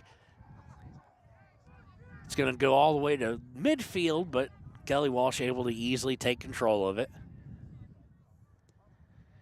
Looking to cross here into the center is Kelly Walsh. Jack Anderson able to intercept it, sends it out, but it's going to be grabbed by Harrison of Kelly Walsh. Harrison looking to getting at Jimenez. Jimenez looking to cross. There's nobody there for it. In fact, Blake Gantenbein will just easily scoop it up with 7:50 left in the first half.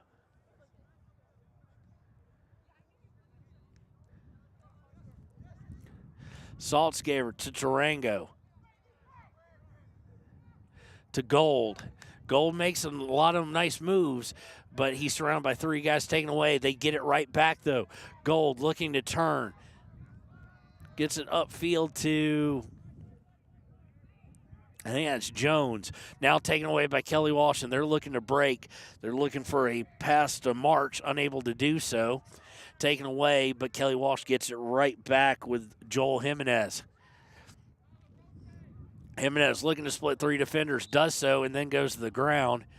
And it'll be a set-piece free kick coming up now for Jimenez from the far side. 6:55 left in the first half.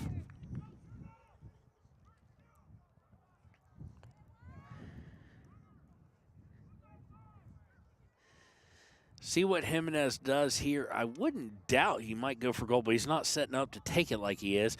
Trying to just curve it in, and he had a look for 7. He was unable to do anything with it. Was Jones, or not Jones, excuse me, was 7. That is Braden Walden. And it's going to wind up going out of bounds over the inline now, and it'll be a goal kick. So, again, Riverton, PK is hard to stop, I mean, for a goalie. Gantenbein is a 1 for 3 now on the season at stopping those. I do believe, I don't know if Evanston had one or not, but is 1 for 3 in games that we have covered.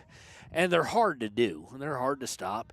And so for that to be the only thing he's allowed all game, he may be playing his way into a Papa Murphy's player of the game.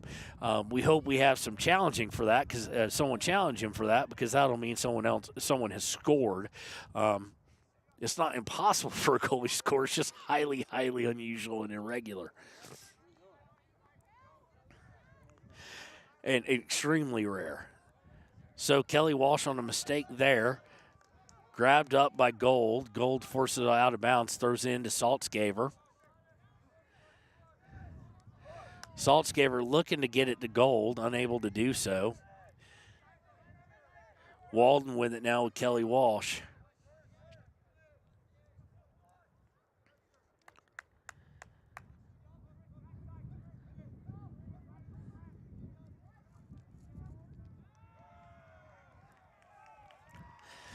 Trying to shake the hands here.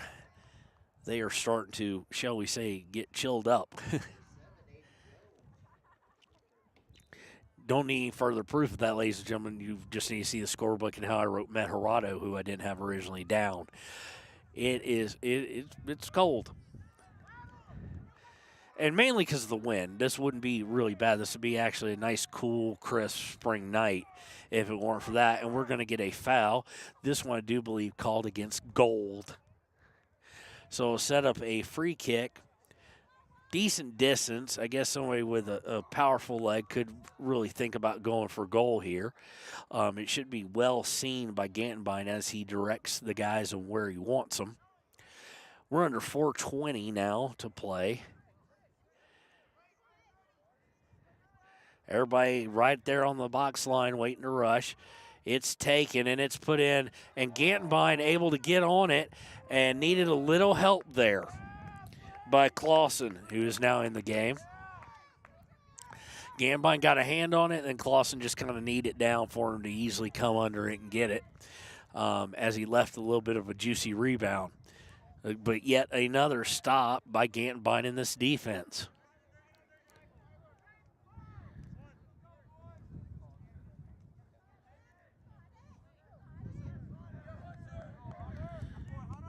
Going to go out of bounds, be a throw in by Kelly Walsh. Looking to get it past Milliken. They're unable to do so. But now coming away with it is Luca Pike. Pike trying to make a move. Milliken being drugged by the back of his jersey, able to get a hold of it. Gets it to Saltzgaver. Saltzgaver looking to put it way out there. Unable to get it to a Riverton forward. And here comes Kelly Walsh again.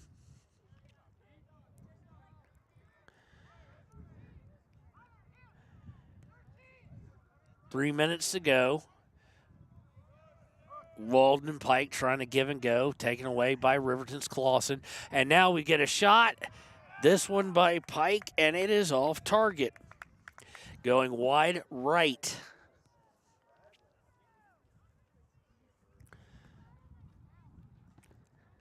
So it'll set up a goal kick by Blake Gantenbein.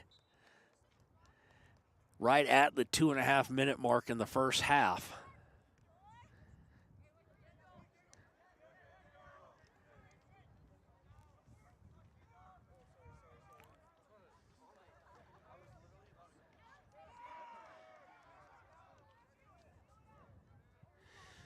Back out to midfield. Kelly Walsh will grab it and start to set up. Literally, that midfield has been like a minefield for Riverton. They've been able to get past it. Riverton, Blake Gantenbein going to face a shot, and he gets a hand on it, but it trickles through his arms and is a goal for Brecken Gibson.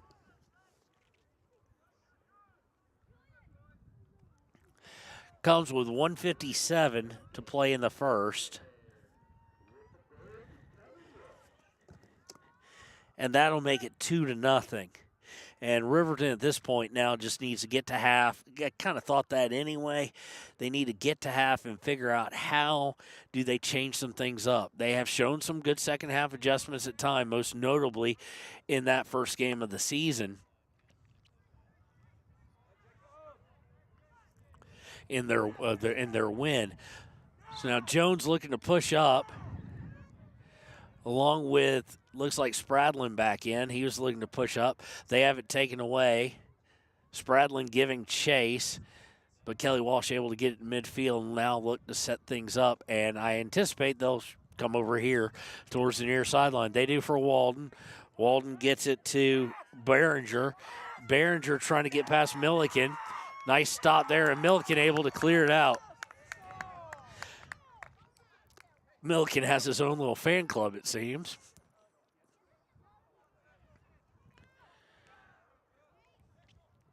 But Kelly Walsh still with firm possession in the attacking third.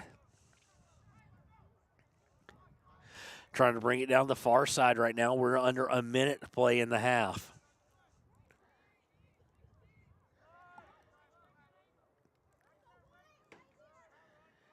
Back out towards midfield. You see the guy takes a look at the clock and now puts a shot on, and Blake Gantenbein able to run right underneath it and grab it. That one by Cameron Jimenez. 35 seconds left. Riverton just needing to get to half and kind of reset some things because they've got to find a way to get some sort of offensive possession. They haven't been able to get any. It's going to go off Bryce Behringer. And we have a timeout on the field for a substitution, it looks like, or blood on the jersey or something of that nature.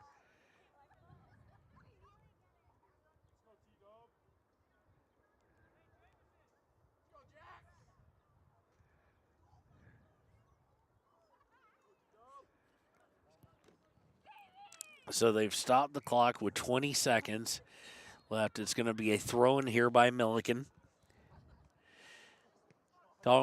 Taken away by Kelly Walsh. Milliken does get a foot on it, sends it off. It's deflected. And now Kelly Walsh looking for a break here, and it's not going to materialize right at first with 5 seconds left.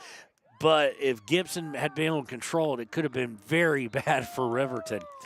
Fortunately, he's not able to. And at the end of one, it is Kelly Walsh 2, Riverton 0. We will be right back here with the Click It or Not Click It or Ticket. That's the post-game show with the United States Marine Corps halftime show here on on Wired Today.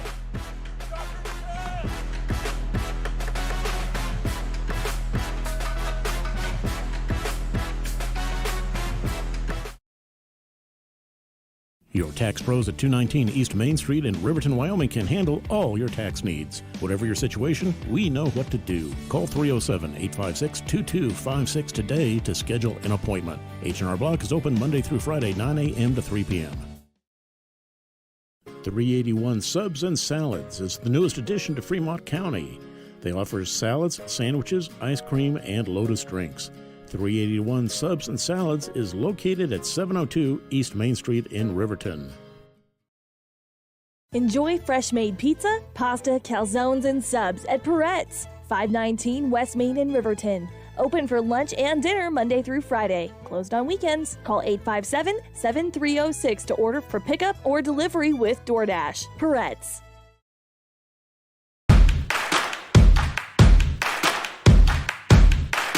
Midway is at an all-out clear-out for the new 2022 campers with the best price guarantee. Midway has financing with no money down, no payments for the rest of the year. Low interest rates on sweet fifth wheel. Dealer incentives up to $25,000 on toy haulers. Top dollar on trade-ins and door-to-door delivery. It's Midway's all-out clear-out. MidwayCampers.com. Midway, when you expect the best. We're out here at a branding today, and there's a lot of hazards going on, and a lot of times you don't have control of that type of an environment. The agricultural industry has a lot of hazards in it. We jump in a vehicle, we run down the road 5 miles, 10 miles, and most accidents happen within 10 miles of where you live. And so there's really no excuse not to wear your seatbelt.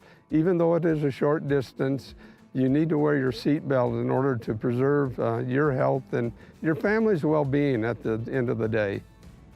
The seatbelt is a decision you make individually, and you're in control of that. So there's not a lot of excuses for not wearing your seatbelt.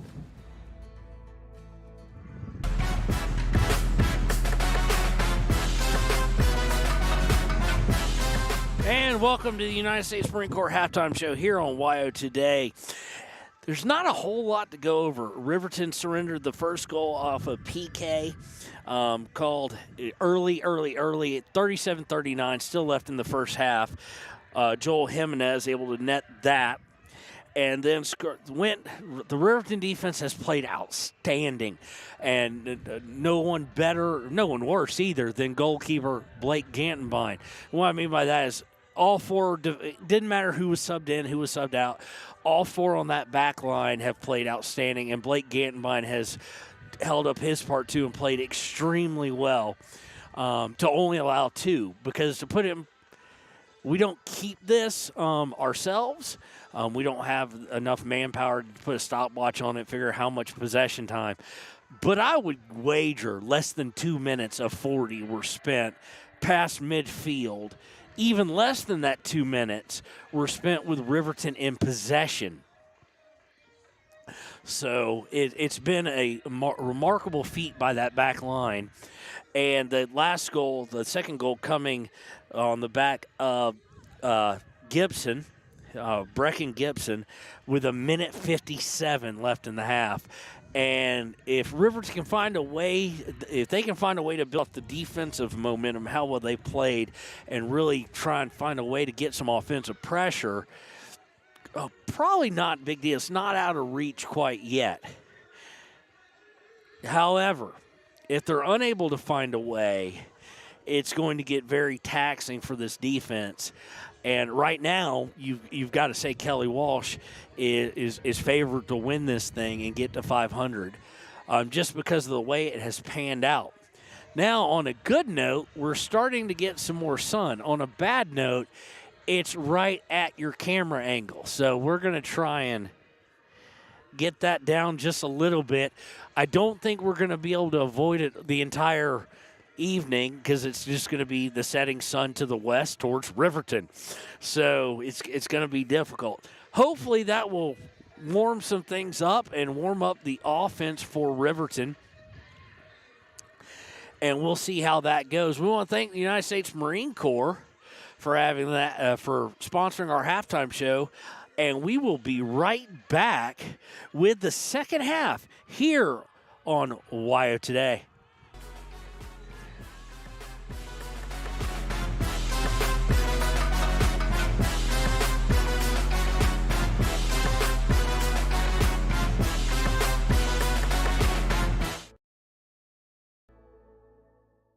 Embrace comfort throughout the seasons with Northern Arapahoe Propane and Solid Waste. Proudly rooted in the local community, supporting Fremont County year-round. Your preferred supplier serving enrolled and non-enrolled members. For more information, call 307-463-4185. Community Health Centers of Central Wyoming has locations across Fremont County ready to serve you at Du Bois Medical Clinic, Riverton Community Health, and Lander Community Health Pediatrics. We accept all forms of insurance, including Medicaid and Medicare. Are you struggling to get medical care? Ask for their sliding fee scale. From family medicine to pediatrics, Community Health Centers are here to serve you. Call 307-463-7160 or visit chccw.org to schedule your appointment. Your car or truck is an investment. When it needs repairs, you need someone you can trust to do the job right. Take it to Gunners Automotive. They repair all makes and models of cars and trucks, from oil changes to brakes, tires, and more. Gunners Automotive, 856-2288. Papa Murphy's on North Federal in Riverton makes your pizza to order. Order online at papamurphys.com or in store. Delicious, fresh-made pizza just the way you want it. Papa Murphy's is a proud supporter of our local Fremont County student athletes. When you purchase your car, do you know if you got the best payment possible? The answer is probably no. Oftentimes, your loan is packed with additional charges that can drive your monthly payment higher than it should be, costing you thousands of dollars more for your car. Hi, this is Patty, and here is your second chance to get the payment you deserve. Visit Atlantic City Federal Credit Union today for a courtesy loan review. We've helped our members save money by refinancing their vehicle with us. Now it's your turn. Open your eyes to a credit union. Atlantic City Federal Credit Union. Riverton's Hampton Inn & Suites is proud to sponsor our youth athletics in Fremont County. Fremont County school athletics provide our youth timeless experiences and lessons that can lead to success for life. Setting goals, teamwork, and hard work make young athletes into good citizens. When repairs are complete after a collision, you expect your car, SUV, or truck to look like new. That's the service you'll receive at Stork Auto Body in Riverton. Professionalism and meticulous attention to detail. You can depend on Stork Auto Body, 841 Miniweb Avenue, Riverton. The choice is yours. Sutherland's Friends of the Family Plus Consumer Credit Card lets you choose from 5% off instantly at the register or special financing on qualifying purchases. That means no forms, no waiting, no rebates. You can choose 5% off instantly with your Sutherland's credit card. Got a big project? Choose special financing. The choice is yours with Sutherland's Friends of the Family Plus Consumer Credit Card. Subject to credit approval. Minimum monthly payment required. See store for details. Only at Sutherland's. At Teton Therapy, our people make the difference.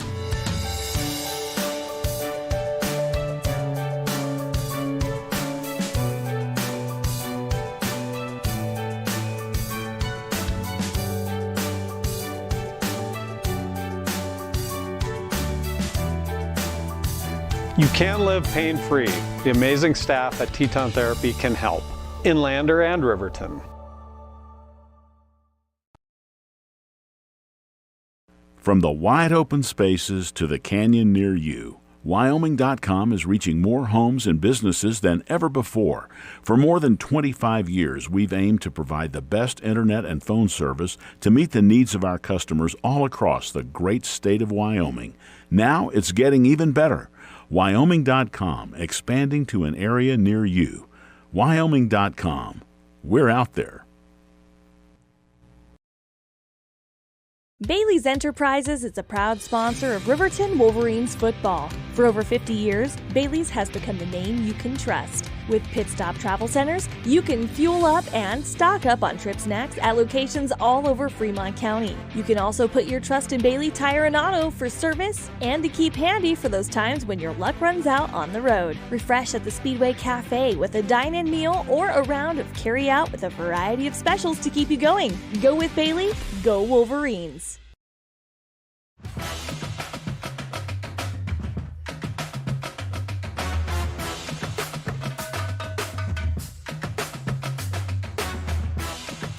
And welcome back to not KTAK, to Wired Today's coverage of Riverton High School soccer.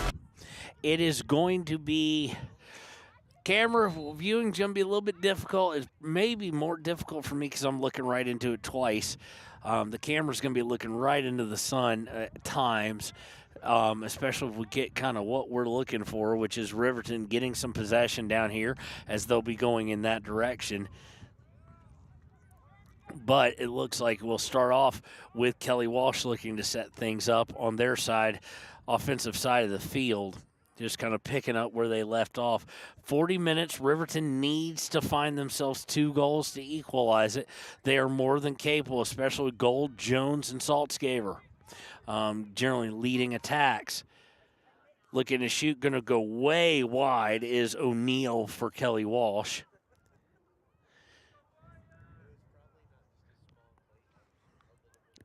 Sorry about that, folks. I just bumped the table that it's on. A reminder, Clicker Ticket postgame show, an abbreviated one nonetheless, will be after this game as we look to head home just like the team, and we got a lot more to pack up this go. But we will highlight what has occurred in the second half as well as the game, hopefully talking about a great Riverton Wolverine comeback. And then we will be with you next time on Friday as Riverton will be at home at 3 and 5. Then we'll be with you on Saturday. If you're just a soccer nut and a soccer fan and wanting to watch the games all week, we will be with the Lander Valley Lady Tigers and Tigers on Saturday. Austin, our sports director, and the voice of the Lander Valley Tigers soccer, will be back on Monday, and he'll start taking over those Lander games again. Going to take a shot / a pass. I think it was intended for more of a pass. Gantenbein easily just jumps up and gets in front of it. And a reminder, not too long from now, about middle of May, you should start hearing about Austin Beck Doss as the voice of the Lander Lobos and myself as the voice of the Riverton Raiders, as we will bring you Senior Babe Ruth from Lander, Legion from Riverton. We'll try and get to away games as we can. We don't have the ability or the manpower really to get out to when they go to like Billings, Montana for 4 days or things of that nature. But we're going to try and do some road games as time and the facilities allow. We're very comfortable with the Raiders facilities, but if you tried to put another broadcast team up in there, it would become extremely difficult. And Gantenbein is going to give up a goal there. And I shouldn't even say he gave up the goal. That was decided long before it was put on him. And that will come with 37-15 in the second half. Goal by number 18. That is Barclay. Gantenbein really with no shot at the stop there. one of the few times the defense in front of him has let him down at all. And really, I don't blame the defense so much as when you play defense just nonstop in anything, whether it's turnovers in basketball, whether it's not able to get possession in soccer, whether it's 3 and outs in football, when you play defense that repeatedly with no spell at all, you're in a world of hurt.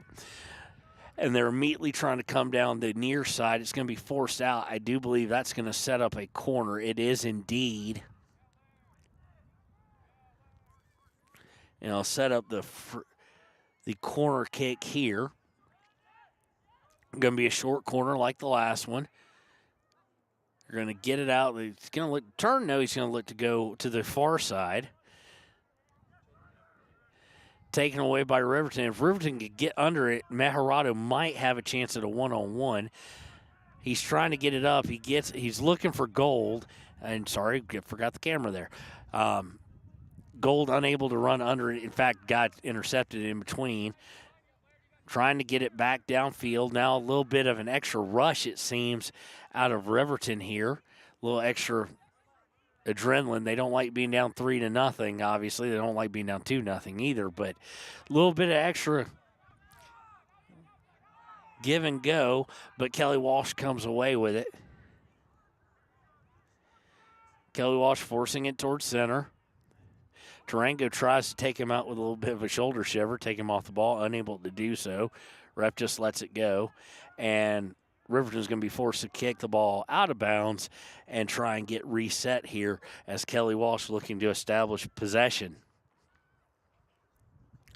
Off the throw, Kelly Walsh is probably going to look to cross here. They do. Perfectly done by Gantenbein. It was perfectly passed, too. Set up the header on the far side. You don't get a better service there by the passer or a better head shot, and Gantenbein just tracked it the whole way and was right there to grab it. Didn't have to dive, just well played and well read, reading the ball through its entire trajectory by Blake Gantenbein. Riverton now trying to force possession up into the attacking half, trying to get into the attacking third. Just goes off. Hunter Salzgiver a little bit too hard off the one touch, and he loses control of it. Tarango looking to get it up to Jack Anderson, but it's going to go out of bounds too quickly, and I realize that sun is just going to blind you guys. I do apologize again. Not much I can do about the sun or the direction they built the field. So Kelly Walsh, once again, trying to set up possession. They want to get up by 4. Taken away. Now they're going to have a shot at potentially doing just that. Crossed over, trying to set it up, and going way wide is Parker O'Neill as he tried to put a ball on goal. The sun has done at least one thing. It has warmed everybody up a little bit. You see less hands in pockets and under blankets. That's the only thing that anybody's gotten rid of. Coats and jackets and stocking hats and whatnot. Still, all the rage here in Casper today. I actually feel bad right now for the folks on the far side, the fans at the JV game, because they're shaded by trees. This sun is feeling glorious. I'm sure the players are enjoying it a little bit as well, especially those on the bench. Tarango trying to get things out of trouble, and he can't, and they're going to whistle him for a foul. He was trying to use his body, no harm, no foul there if he tries to use his body to get a guy off the ball, but guy's a little too far away, so he had to stick the elbow a good bit of the way out, so it was fairly obvious. It is going to set up a set piece here. And they're going to go short on it. Now try and go hard on it. Blocked by Riverton. And Gold is trying to get out. They've got Jimenez on him. And Joel Jimenez can fly. For those of you all who are not aware, he's easily able to track down Gold before he even gets towards midfield and take the ball away.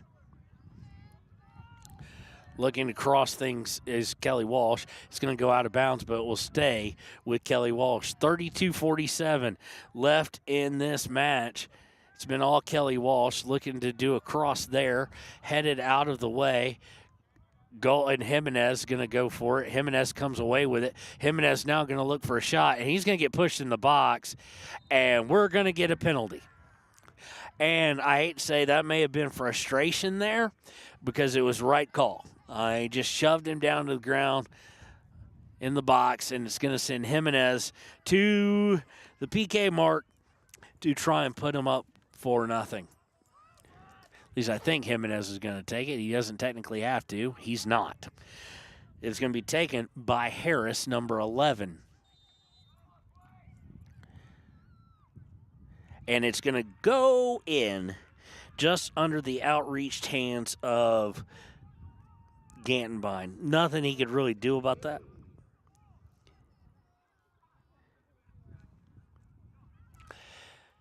Comes with 32-22 to play in regulation. Or I should say in the match, not regulation in soccer. I've yet to see him go to anything extra here. Let's get the camera back up now. We got the stats done. And Riverton trying to now just hit an outlet, trying to find Marcus Mejarado. And I hope y'all can see this on the camera because I'm looking right in the sun, so I don't have an idea if I've got it right or not. I can see white, I just can't see numbers. I'm trying to follow the ball here for you. Saltzgaver with it now that we came out of the sun a little bit, and I can look to my left. Saltzgaver trying to come down the far sideline. It's going to go out of bounds, and they'll say it last touch by the Trojans.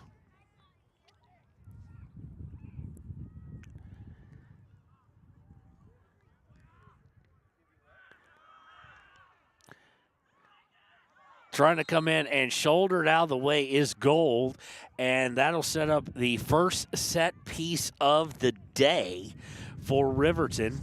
Gold will be taking the shot about 7 yards from the box, give or take. They, of course, have 0 shots on goal as Riverton. This would be the first chance at it. I'm able to see it all right. Saltzgaver is going to take it, it looks like. Also be the first action for Caden Boyce if he's still in goal. Referee talks to Saltzgaver, and now he's going to walk off the wall here. Make sure they're set up right.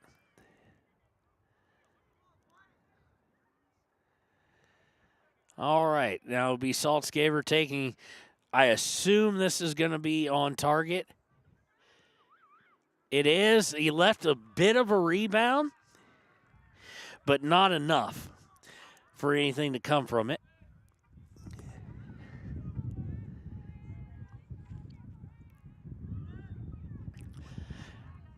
And Boyce will punt the ball downfield. Kelly Walsh will look to get back to their normal possession game here.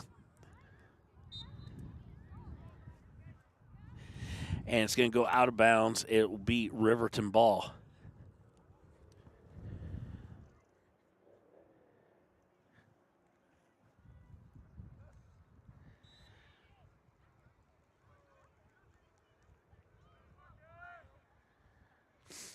Out of bounds. Over, still with Riverton on the throw. No, it'll be a free kick. Sorry, foul was called. Free kick will be taken by Hall.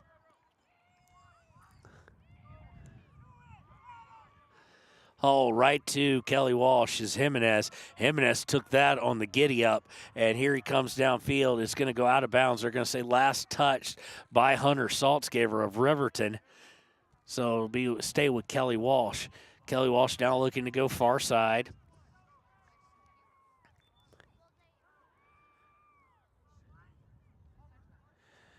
Trojans look to cross in the center, now go far wide again. Able to keep it from going over the inline are the Trojans. And now they'll look to center it, and were they able to keep it? They were, but they're going to kick it way too far, and it's going to go out of bounds. It will be a Riverton throw with 28:57 left in this match.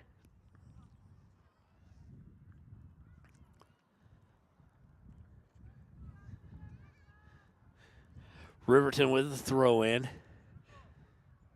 Kelly Walsh will take over possession, though, on the steal there. And they'll look to get it back out and set things up with Reese Harrison. They'll go further back to set things up. than just Reese Harrison. Fremont County School Bus seems to be driving back and forth behind us right now. I think it's the same bus. I think the girls are well on their way home. Ball's going to go over the end line there. It will set up a goal kick.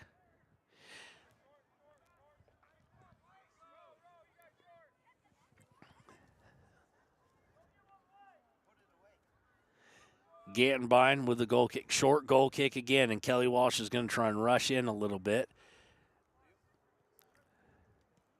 Riverton finally going to look to clear it, but it's going to go right to Joel Jimenez. Jimenez to Harrison.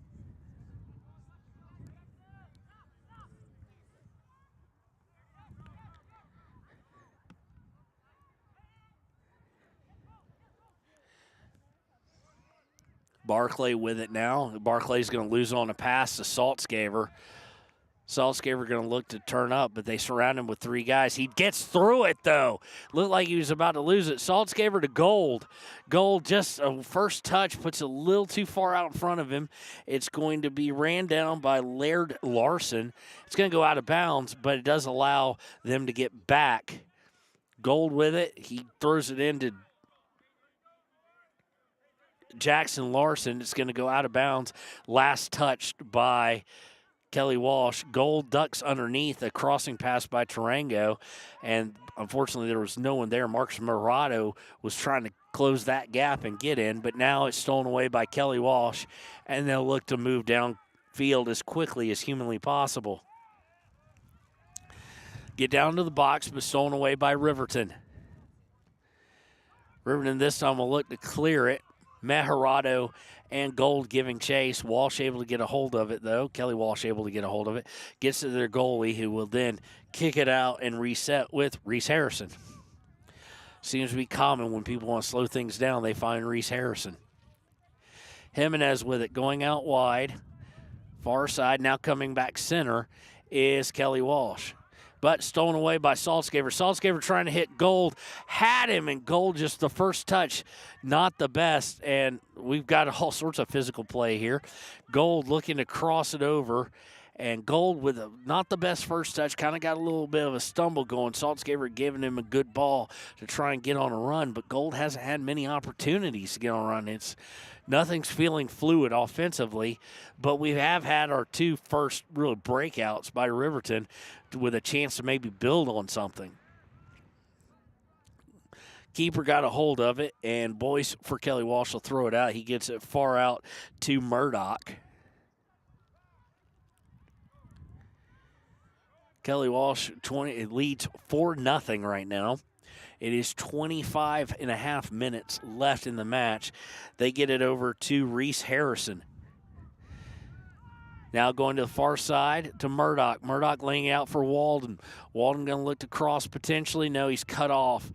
He has to give it up, and on shot towards goal. It was going to be wide right, but close enough that Blake Gantenbein needed to make a play, and he did.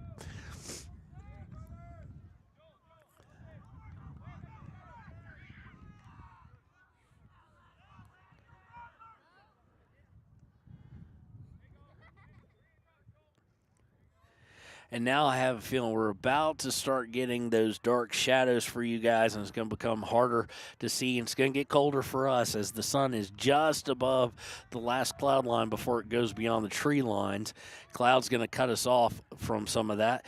Does mean that we won't get blinding light for you in the camera. The bad part about it is the lights here don't seem to really light much up.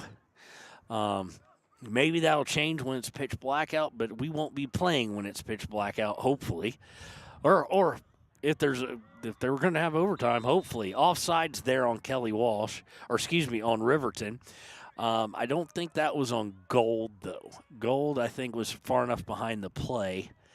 And the defensive line is real tight offsides call. It's the first one of the day. I think they got Jack Anderson for it.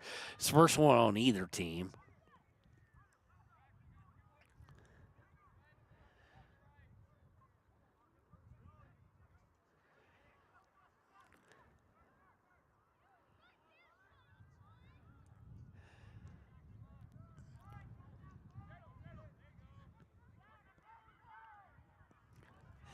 Kelly Walsh, long ball getting into the box, able to be saved. Nope, it goes over the line. Looked like it from here. Of course, I'm just trying to judge it by where I see chalk and ball. So not a good angle from here.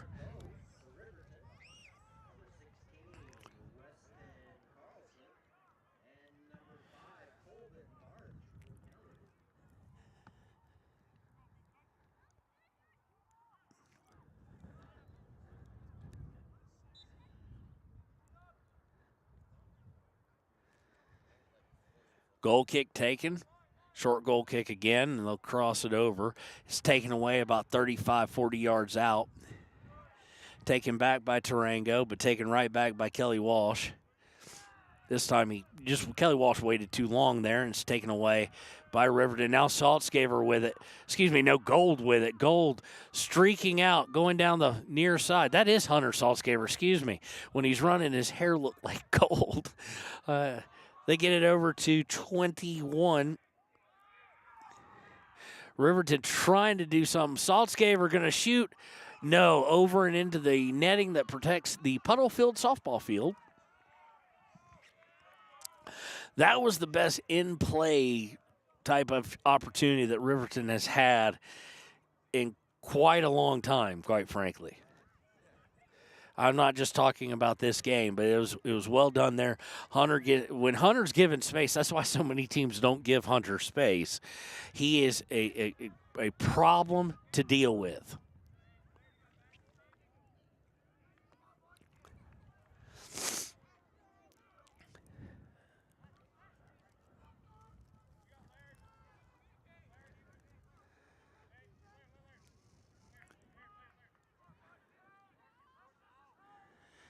Kelly Walsh with the ball, trying to go to that far side that they like so much. It was the near side in the first half. They switched directions.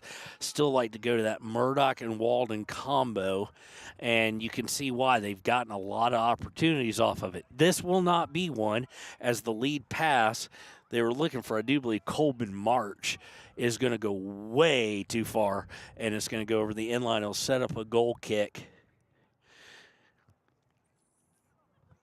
for Riverton. Now you're starting to see the blankets come out a little bit more. People are starting to wrap back up. The sun now behind the clouds. It's not going to burn through till it is gone beyond the tree line and over the horizon. Kelly Walsh is going to get the ball, but they're going to kick it all the way back to the goalkeeper. They're going to look to reset things with Boyce. And camera, yes, sorry about that.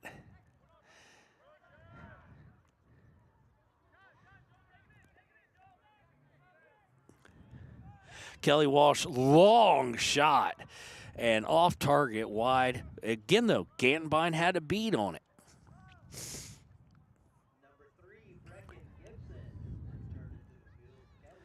They're going to say, indeed they are going to, no, they're not. I don't know why number 18 is going towards the corner and out of bounds, because they've got it set up for a goal kick.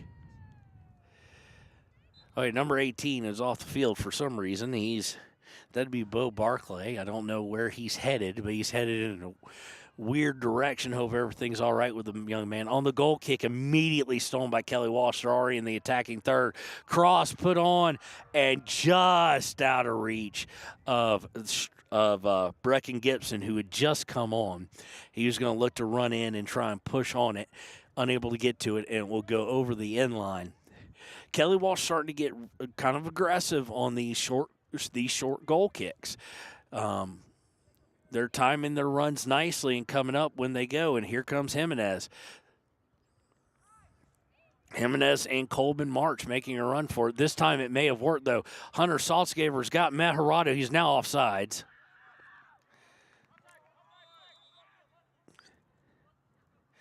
Matt Hirado had his run timing perfectly, and then the defenders put on the brake, a little offsides trap, and they caught Matt Hirado in a big way, good 3-4 yards offsides right in front of us. So it'll be a free kick in the other direction with 18:40 left.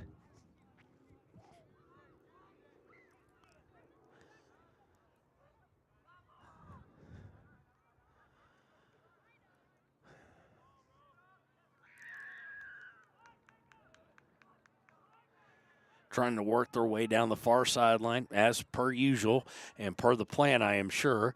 Goes out of bounds off Riverton. You'd expect that, and what we've kind of seen since that fourth goal, Kelly Walsh, possession probably way more important than anything else right now. Stolen away there by Saltzgaver. He'll go back, and they'll look to go with a backline pass. Stolen away by Kelly Walsh, though. But, boy, Riverton player really fighting for it, really giving it his all there.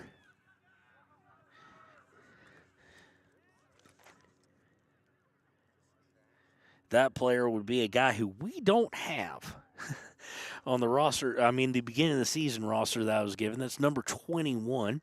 If anybody happens to know who that might be, or maybe a player who changed numbers, I just am at a distance. I can't tell. I can't see faces real well.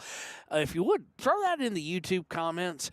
We've ran into this in the past with this soccer team where jersey numbers are changed mid-season, and we don't always know until we have a home game, and then we find out. We have a home game.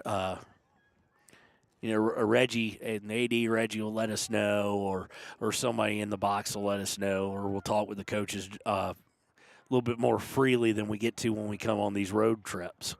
So, or it may be a player that we don't have in the roster. So, currently, if you know who number 21 is for Riverton, please type it in the YouTube comments. Fighting for it at midfield. Gold is willing to play physical. He's not your typical like prima donna scorer. There's no prima donna to him. He's a hard-nosed cookie, and he's willing to fight for it. Unfortunately, Kelly Walsh has just had an answer for on both sides of things, for the girls and the boys. This Kelly Walsh team, I'm actually shocked on both levels. I'm shocked that the girls hadn't won a game all year till today, and I'm shocked that the boys come in at 1-2-0. As far as how they've played. They're playing at a very high level in both games, and not just because of the score, the amount of possession. It's actually kind of perplexing to me, the records.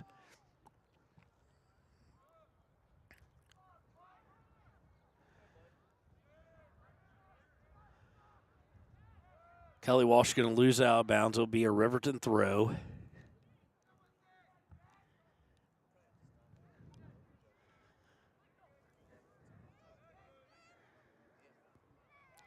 Riverton loses possession. It'll go over to Kelly Walsh.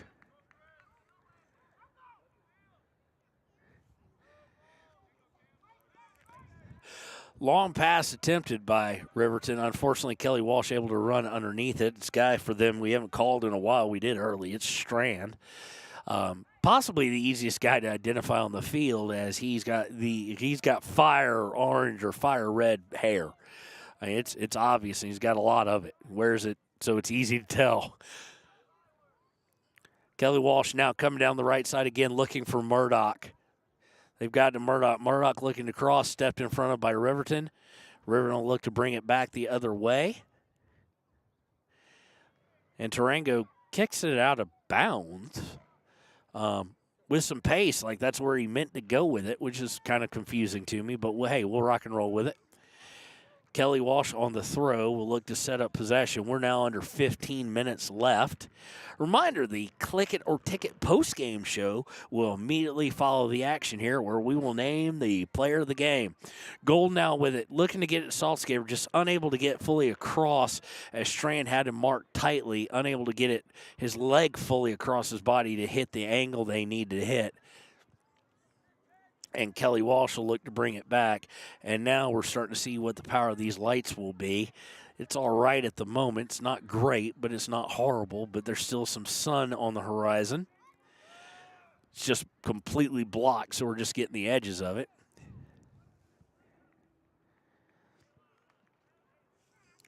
But now that we've gotten that, I think we can get a little bit closer in for you guys.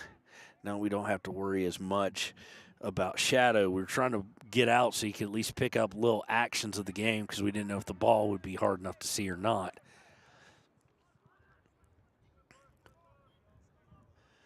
Riverton trying to get back over half midfield. It's going to go out of bounds. It will be a throw for Kelly Walsh.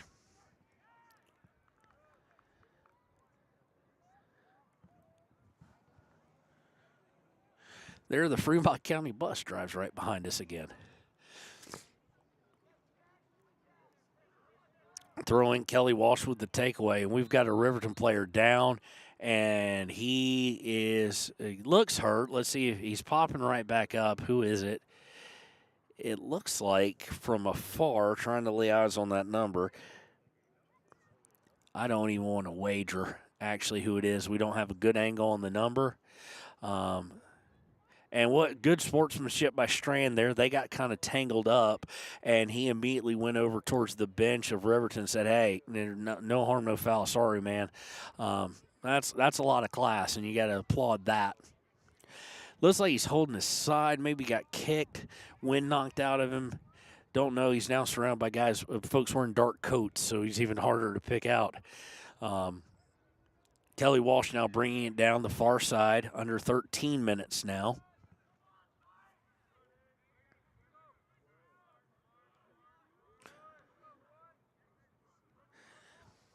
Kelly Walsh put in Joel Jimenez with it. Back to Jimenez. Jimenez looking to go to the far side. It's deflected partially. That might have been off the ref. And then a long shot, way too high by Rowan Harris, the 6-foot senior midfielder and forward. And there goes the bus behind me again. It keeps going back and forth. I'm confused. Goal kick by Gantenbein. It is the short goal kick. Jimenez this time not really rushing up on it. And they're going to get Hunter Saltzgaver there as he went through a Kelly Walsh player to get to the ball. He'll set up a set piece from about 35, 45 yards out. Probably too far to go on goal. Don't know this guy's strength, though, so we'll see. Probably going to be more like a corner kick type play. Here it is, and that's exactly what it is. Off of one Kelly Walsh player, now off of Riverton. Riverton looking to clear it out of danger, and they do so, but it's out of bounds. It will stay with Kelly Walsh. Saltzgaver able to steal it after the throw. Kick it backwards to Jones. Jones looking to get it up, not Jones. That's Peyton Larson. I think that's a 3. The front jerseys are so small in Riverton as far as the numbers go. I can't really tell at this distance in this light. Now that is Jones who had the ball, so that must have been Peyton Larson over there. They go to Jimenez, though, does Kelly Walsh after the steal. Crosses over, looking to go to the far side, it looks like, and that's exactly what they do. They're going to look for the cross. Cross is there, headed out by Riverton. Ran down to by Strand, and yeah, he nearly cleared the fence and the wall behind it, and got out into the street. That's how high that shot was.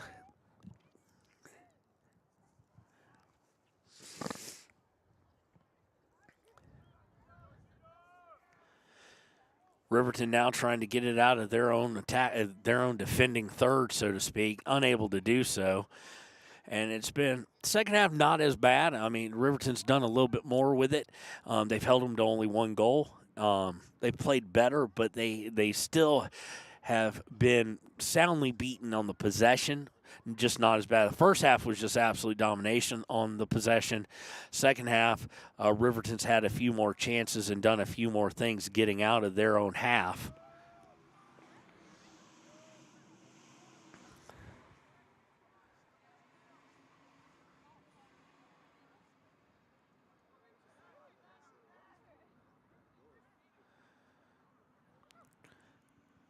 Kelly Walsh looking to center now.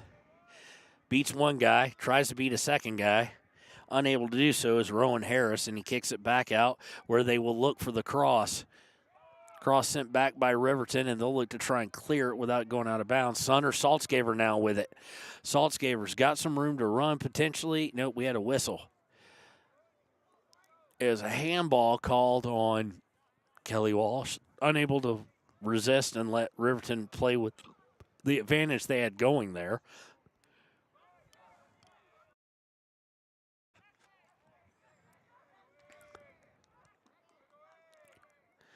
Kelly Walsh steals it just past midfield in their defending half, and Kelly Walsh will look to push things up again. Jimenez with it. Makes one guy miss, makes a second guy miss, trying to make a third, trying to go right through him.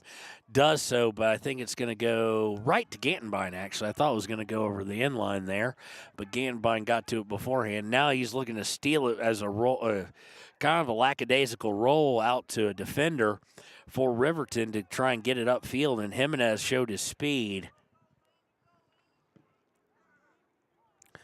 And a mistake by Boyce there. Boyce, the goalkeeper, trying to get it back out. They'd gone all the way back to him, and he kicked it just off target and out of bounds. Throw-in by Riverton.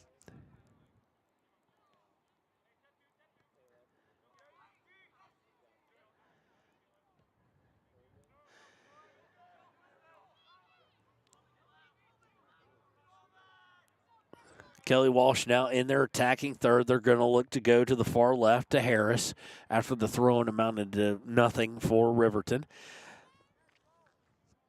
Harris on the near side looking to cross it. It's going to go over the end line. It will be a goal kick. Under 7.5, or about to be. We'll wait, 2-1. Under 7.5 minutes left here. Gantenbein will look for the goal kick. It is 4-0 in favor of the home team, the Kelly Walsh Trojans.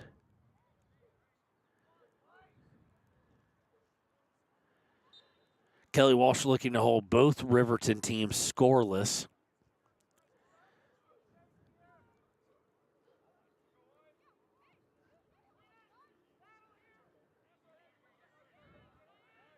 And they're going to intercept a pass intended for Gold at midfield and look to push forward. Riverton able to get a hold of that, gets it to Tarango. Tarango back. Passes are looking to come off the left side. And now Hunter Saltzgaber's got something working. He's got a couple guys with him. He's looking to get it to Gold. Does so. Not the greatest of passes there, but Gold's going to have an attempt maybe at a shot, and it's going to be deflected just from a 4-on-3, 4-on-2 by Riverton. Somehow they got enough time on just a pass. It was a little bit of a bad pass. Grant's a little bit behind him, but Gold got control of it and then paused and allowed the green wave of defenders to get back and make it where nothing got through to make Boyce even do any work. Just very disjointed offense. Much like the last game, not able to get into a flow. This time, not able to get. Last time, referee and tight game called. This one, just offense hasn't had enough of a workout, so to speak, to get in any kind of flow.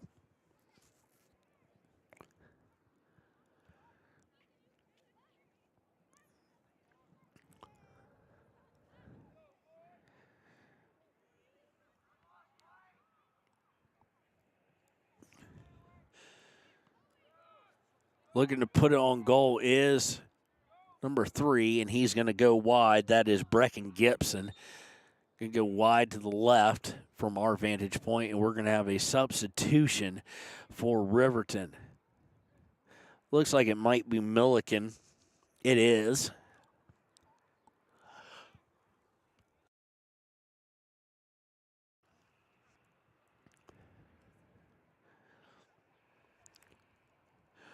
Riverton off the goal kick will look to get it out towards midfield. This is where Kelly Walsh has traditionally shut them down today. They got it to Saltzgaber. Saltzgaber's just going to try and take it himself. Gets it to Milliken. Milliken looking for Gold. And he's going to throw the shoulder shiver his Gold. And, he's running over to him. He's running over to talk with. We might see a bit of a card. I don't think it was enough for one. And referee's not going to get it out. That's been one bright spot today for everybody, including the viewer, I'm sure, is no yellow cards. After seeing 7 on Friday between both teams.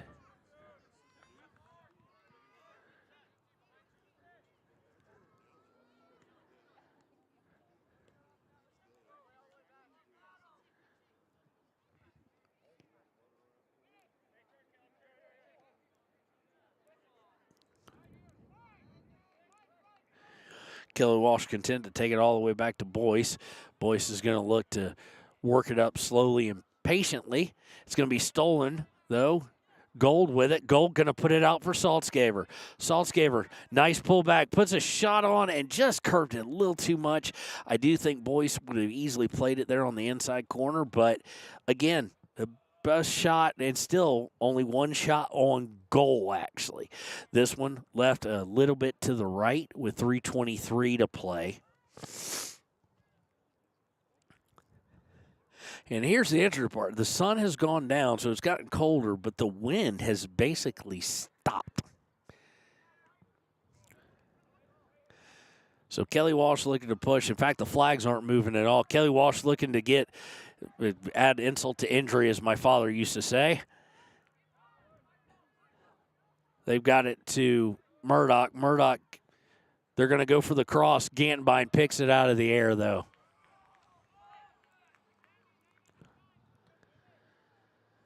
Gantenbein will set up to punt things. So that'll happen after with us under 2:45. This is going to be a day that both the Riverton Lady Wolverines and Wolverines are going to have to forget happened, because they do have a big game on Friday. Of course, the guys going to be looking to get off the schneid and off a 3-game losing streak. The gals are going to be looking to get back to the winning ways. Of course, 2-1-1 right now, looking to not become 500, basically, is what they're going to be looking to do on Friday. Milliken to Gold. Gold just wrong step, and he fell down over the ball. He does get back up and has it. Gets it to Tarango. Tarango looking to put it out for Saltzgaber. Just put it out a little too soon, quite honestly. There was not a lot of pace on it, but Saltzgaber was nowhere near yet on his run-up. And Kelly Walsh will look to push things forward. They'll get Riverton to kick it out of bounds. Minute 37 left. Riverton going to be forced to kick it out of bounds yet again.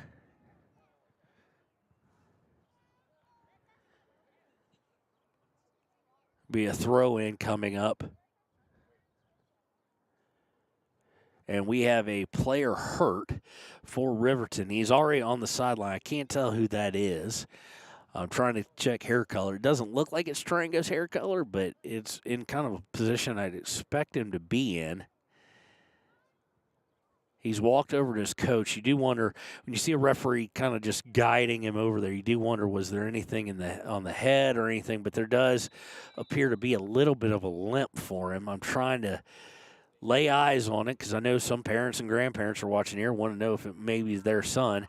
I just can't tell from the number at this distance right now, and he's kind of hunched over. They did sit him down immediately, so you do kind of wonder, did he take a bump in the head? He did look to have just a little bit of a hitch in his step.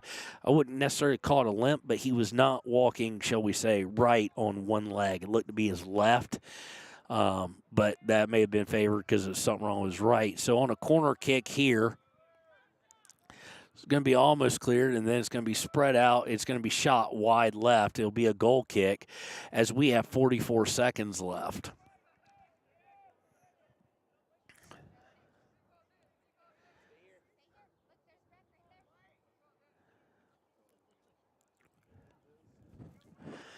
Goal kick is taken. This time not taken by Gantenbein, and it wasn't short, but it was right back to Kelly Walsh.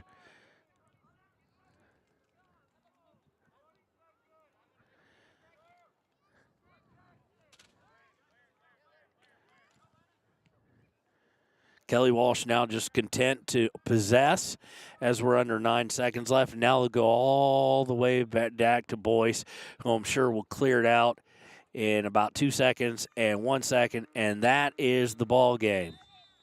So your final score, as Riverton is held scoreless, is 4-0 in favor of Kelly Walsh. That means that Kelly Walsh has shut out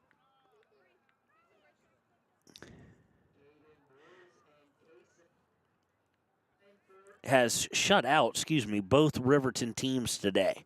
We'll be right back with the Click It or Ticket postgame show here on WYO Today.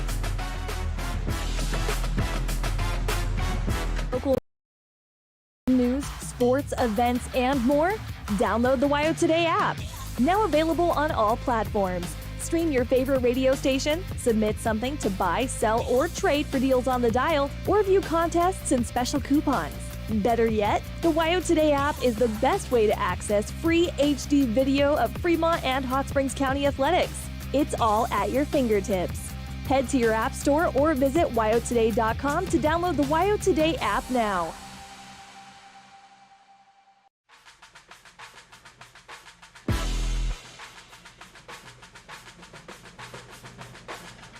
And welcome back here to the Click It or Ticket postgame show. Riverton falls, both ladies and gentlemen fall in shutout varieties. The gentlemen just finishing up, losing 4-0. Things start out less than 2 minutes into the game with a penalty kick by Joel Jimenez. It finished up 8 minutes into the second half, roughly, with a penalty kick by Harris. In between that, there was a goal by Gibson and a goal by Barclay.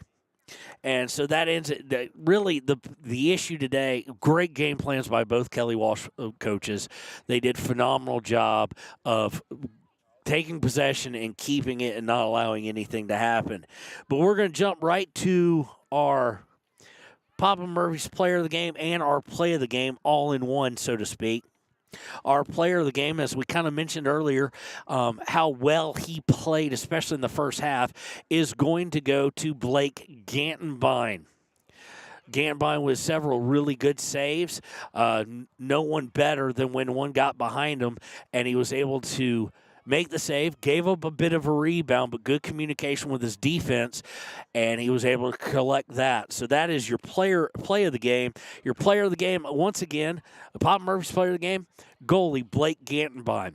A reminder that we will have the game on Friday at 3 and 5 here on WYO Today, as Riverton will face off again. And then we will have the Lander game on Saturday here on WYO Today, those at 12 and 2. For Kevin Shields, I want to thank everybody holding down the fort at the office. We'll be with you next time, Friday at 3 o'clock. It will be me and the return of cameraman Connor.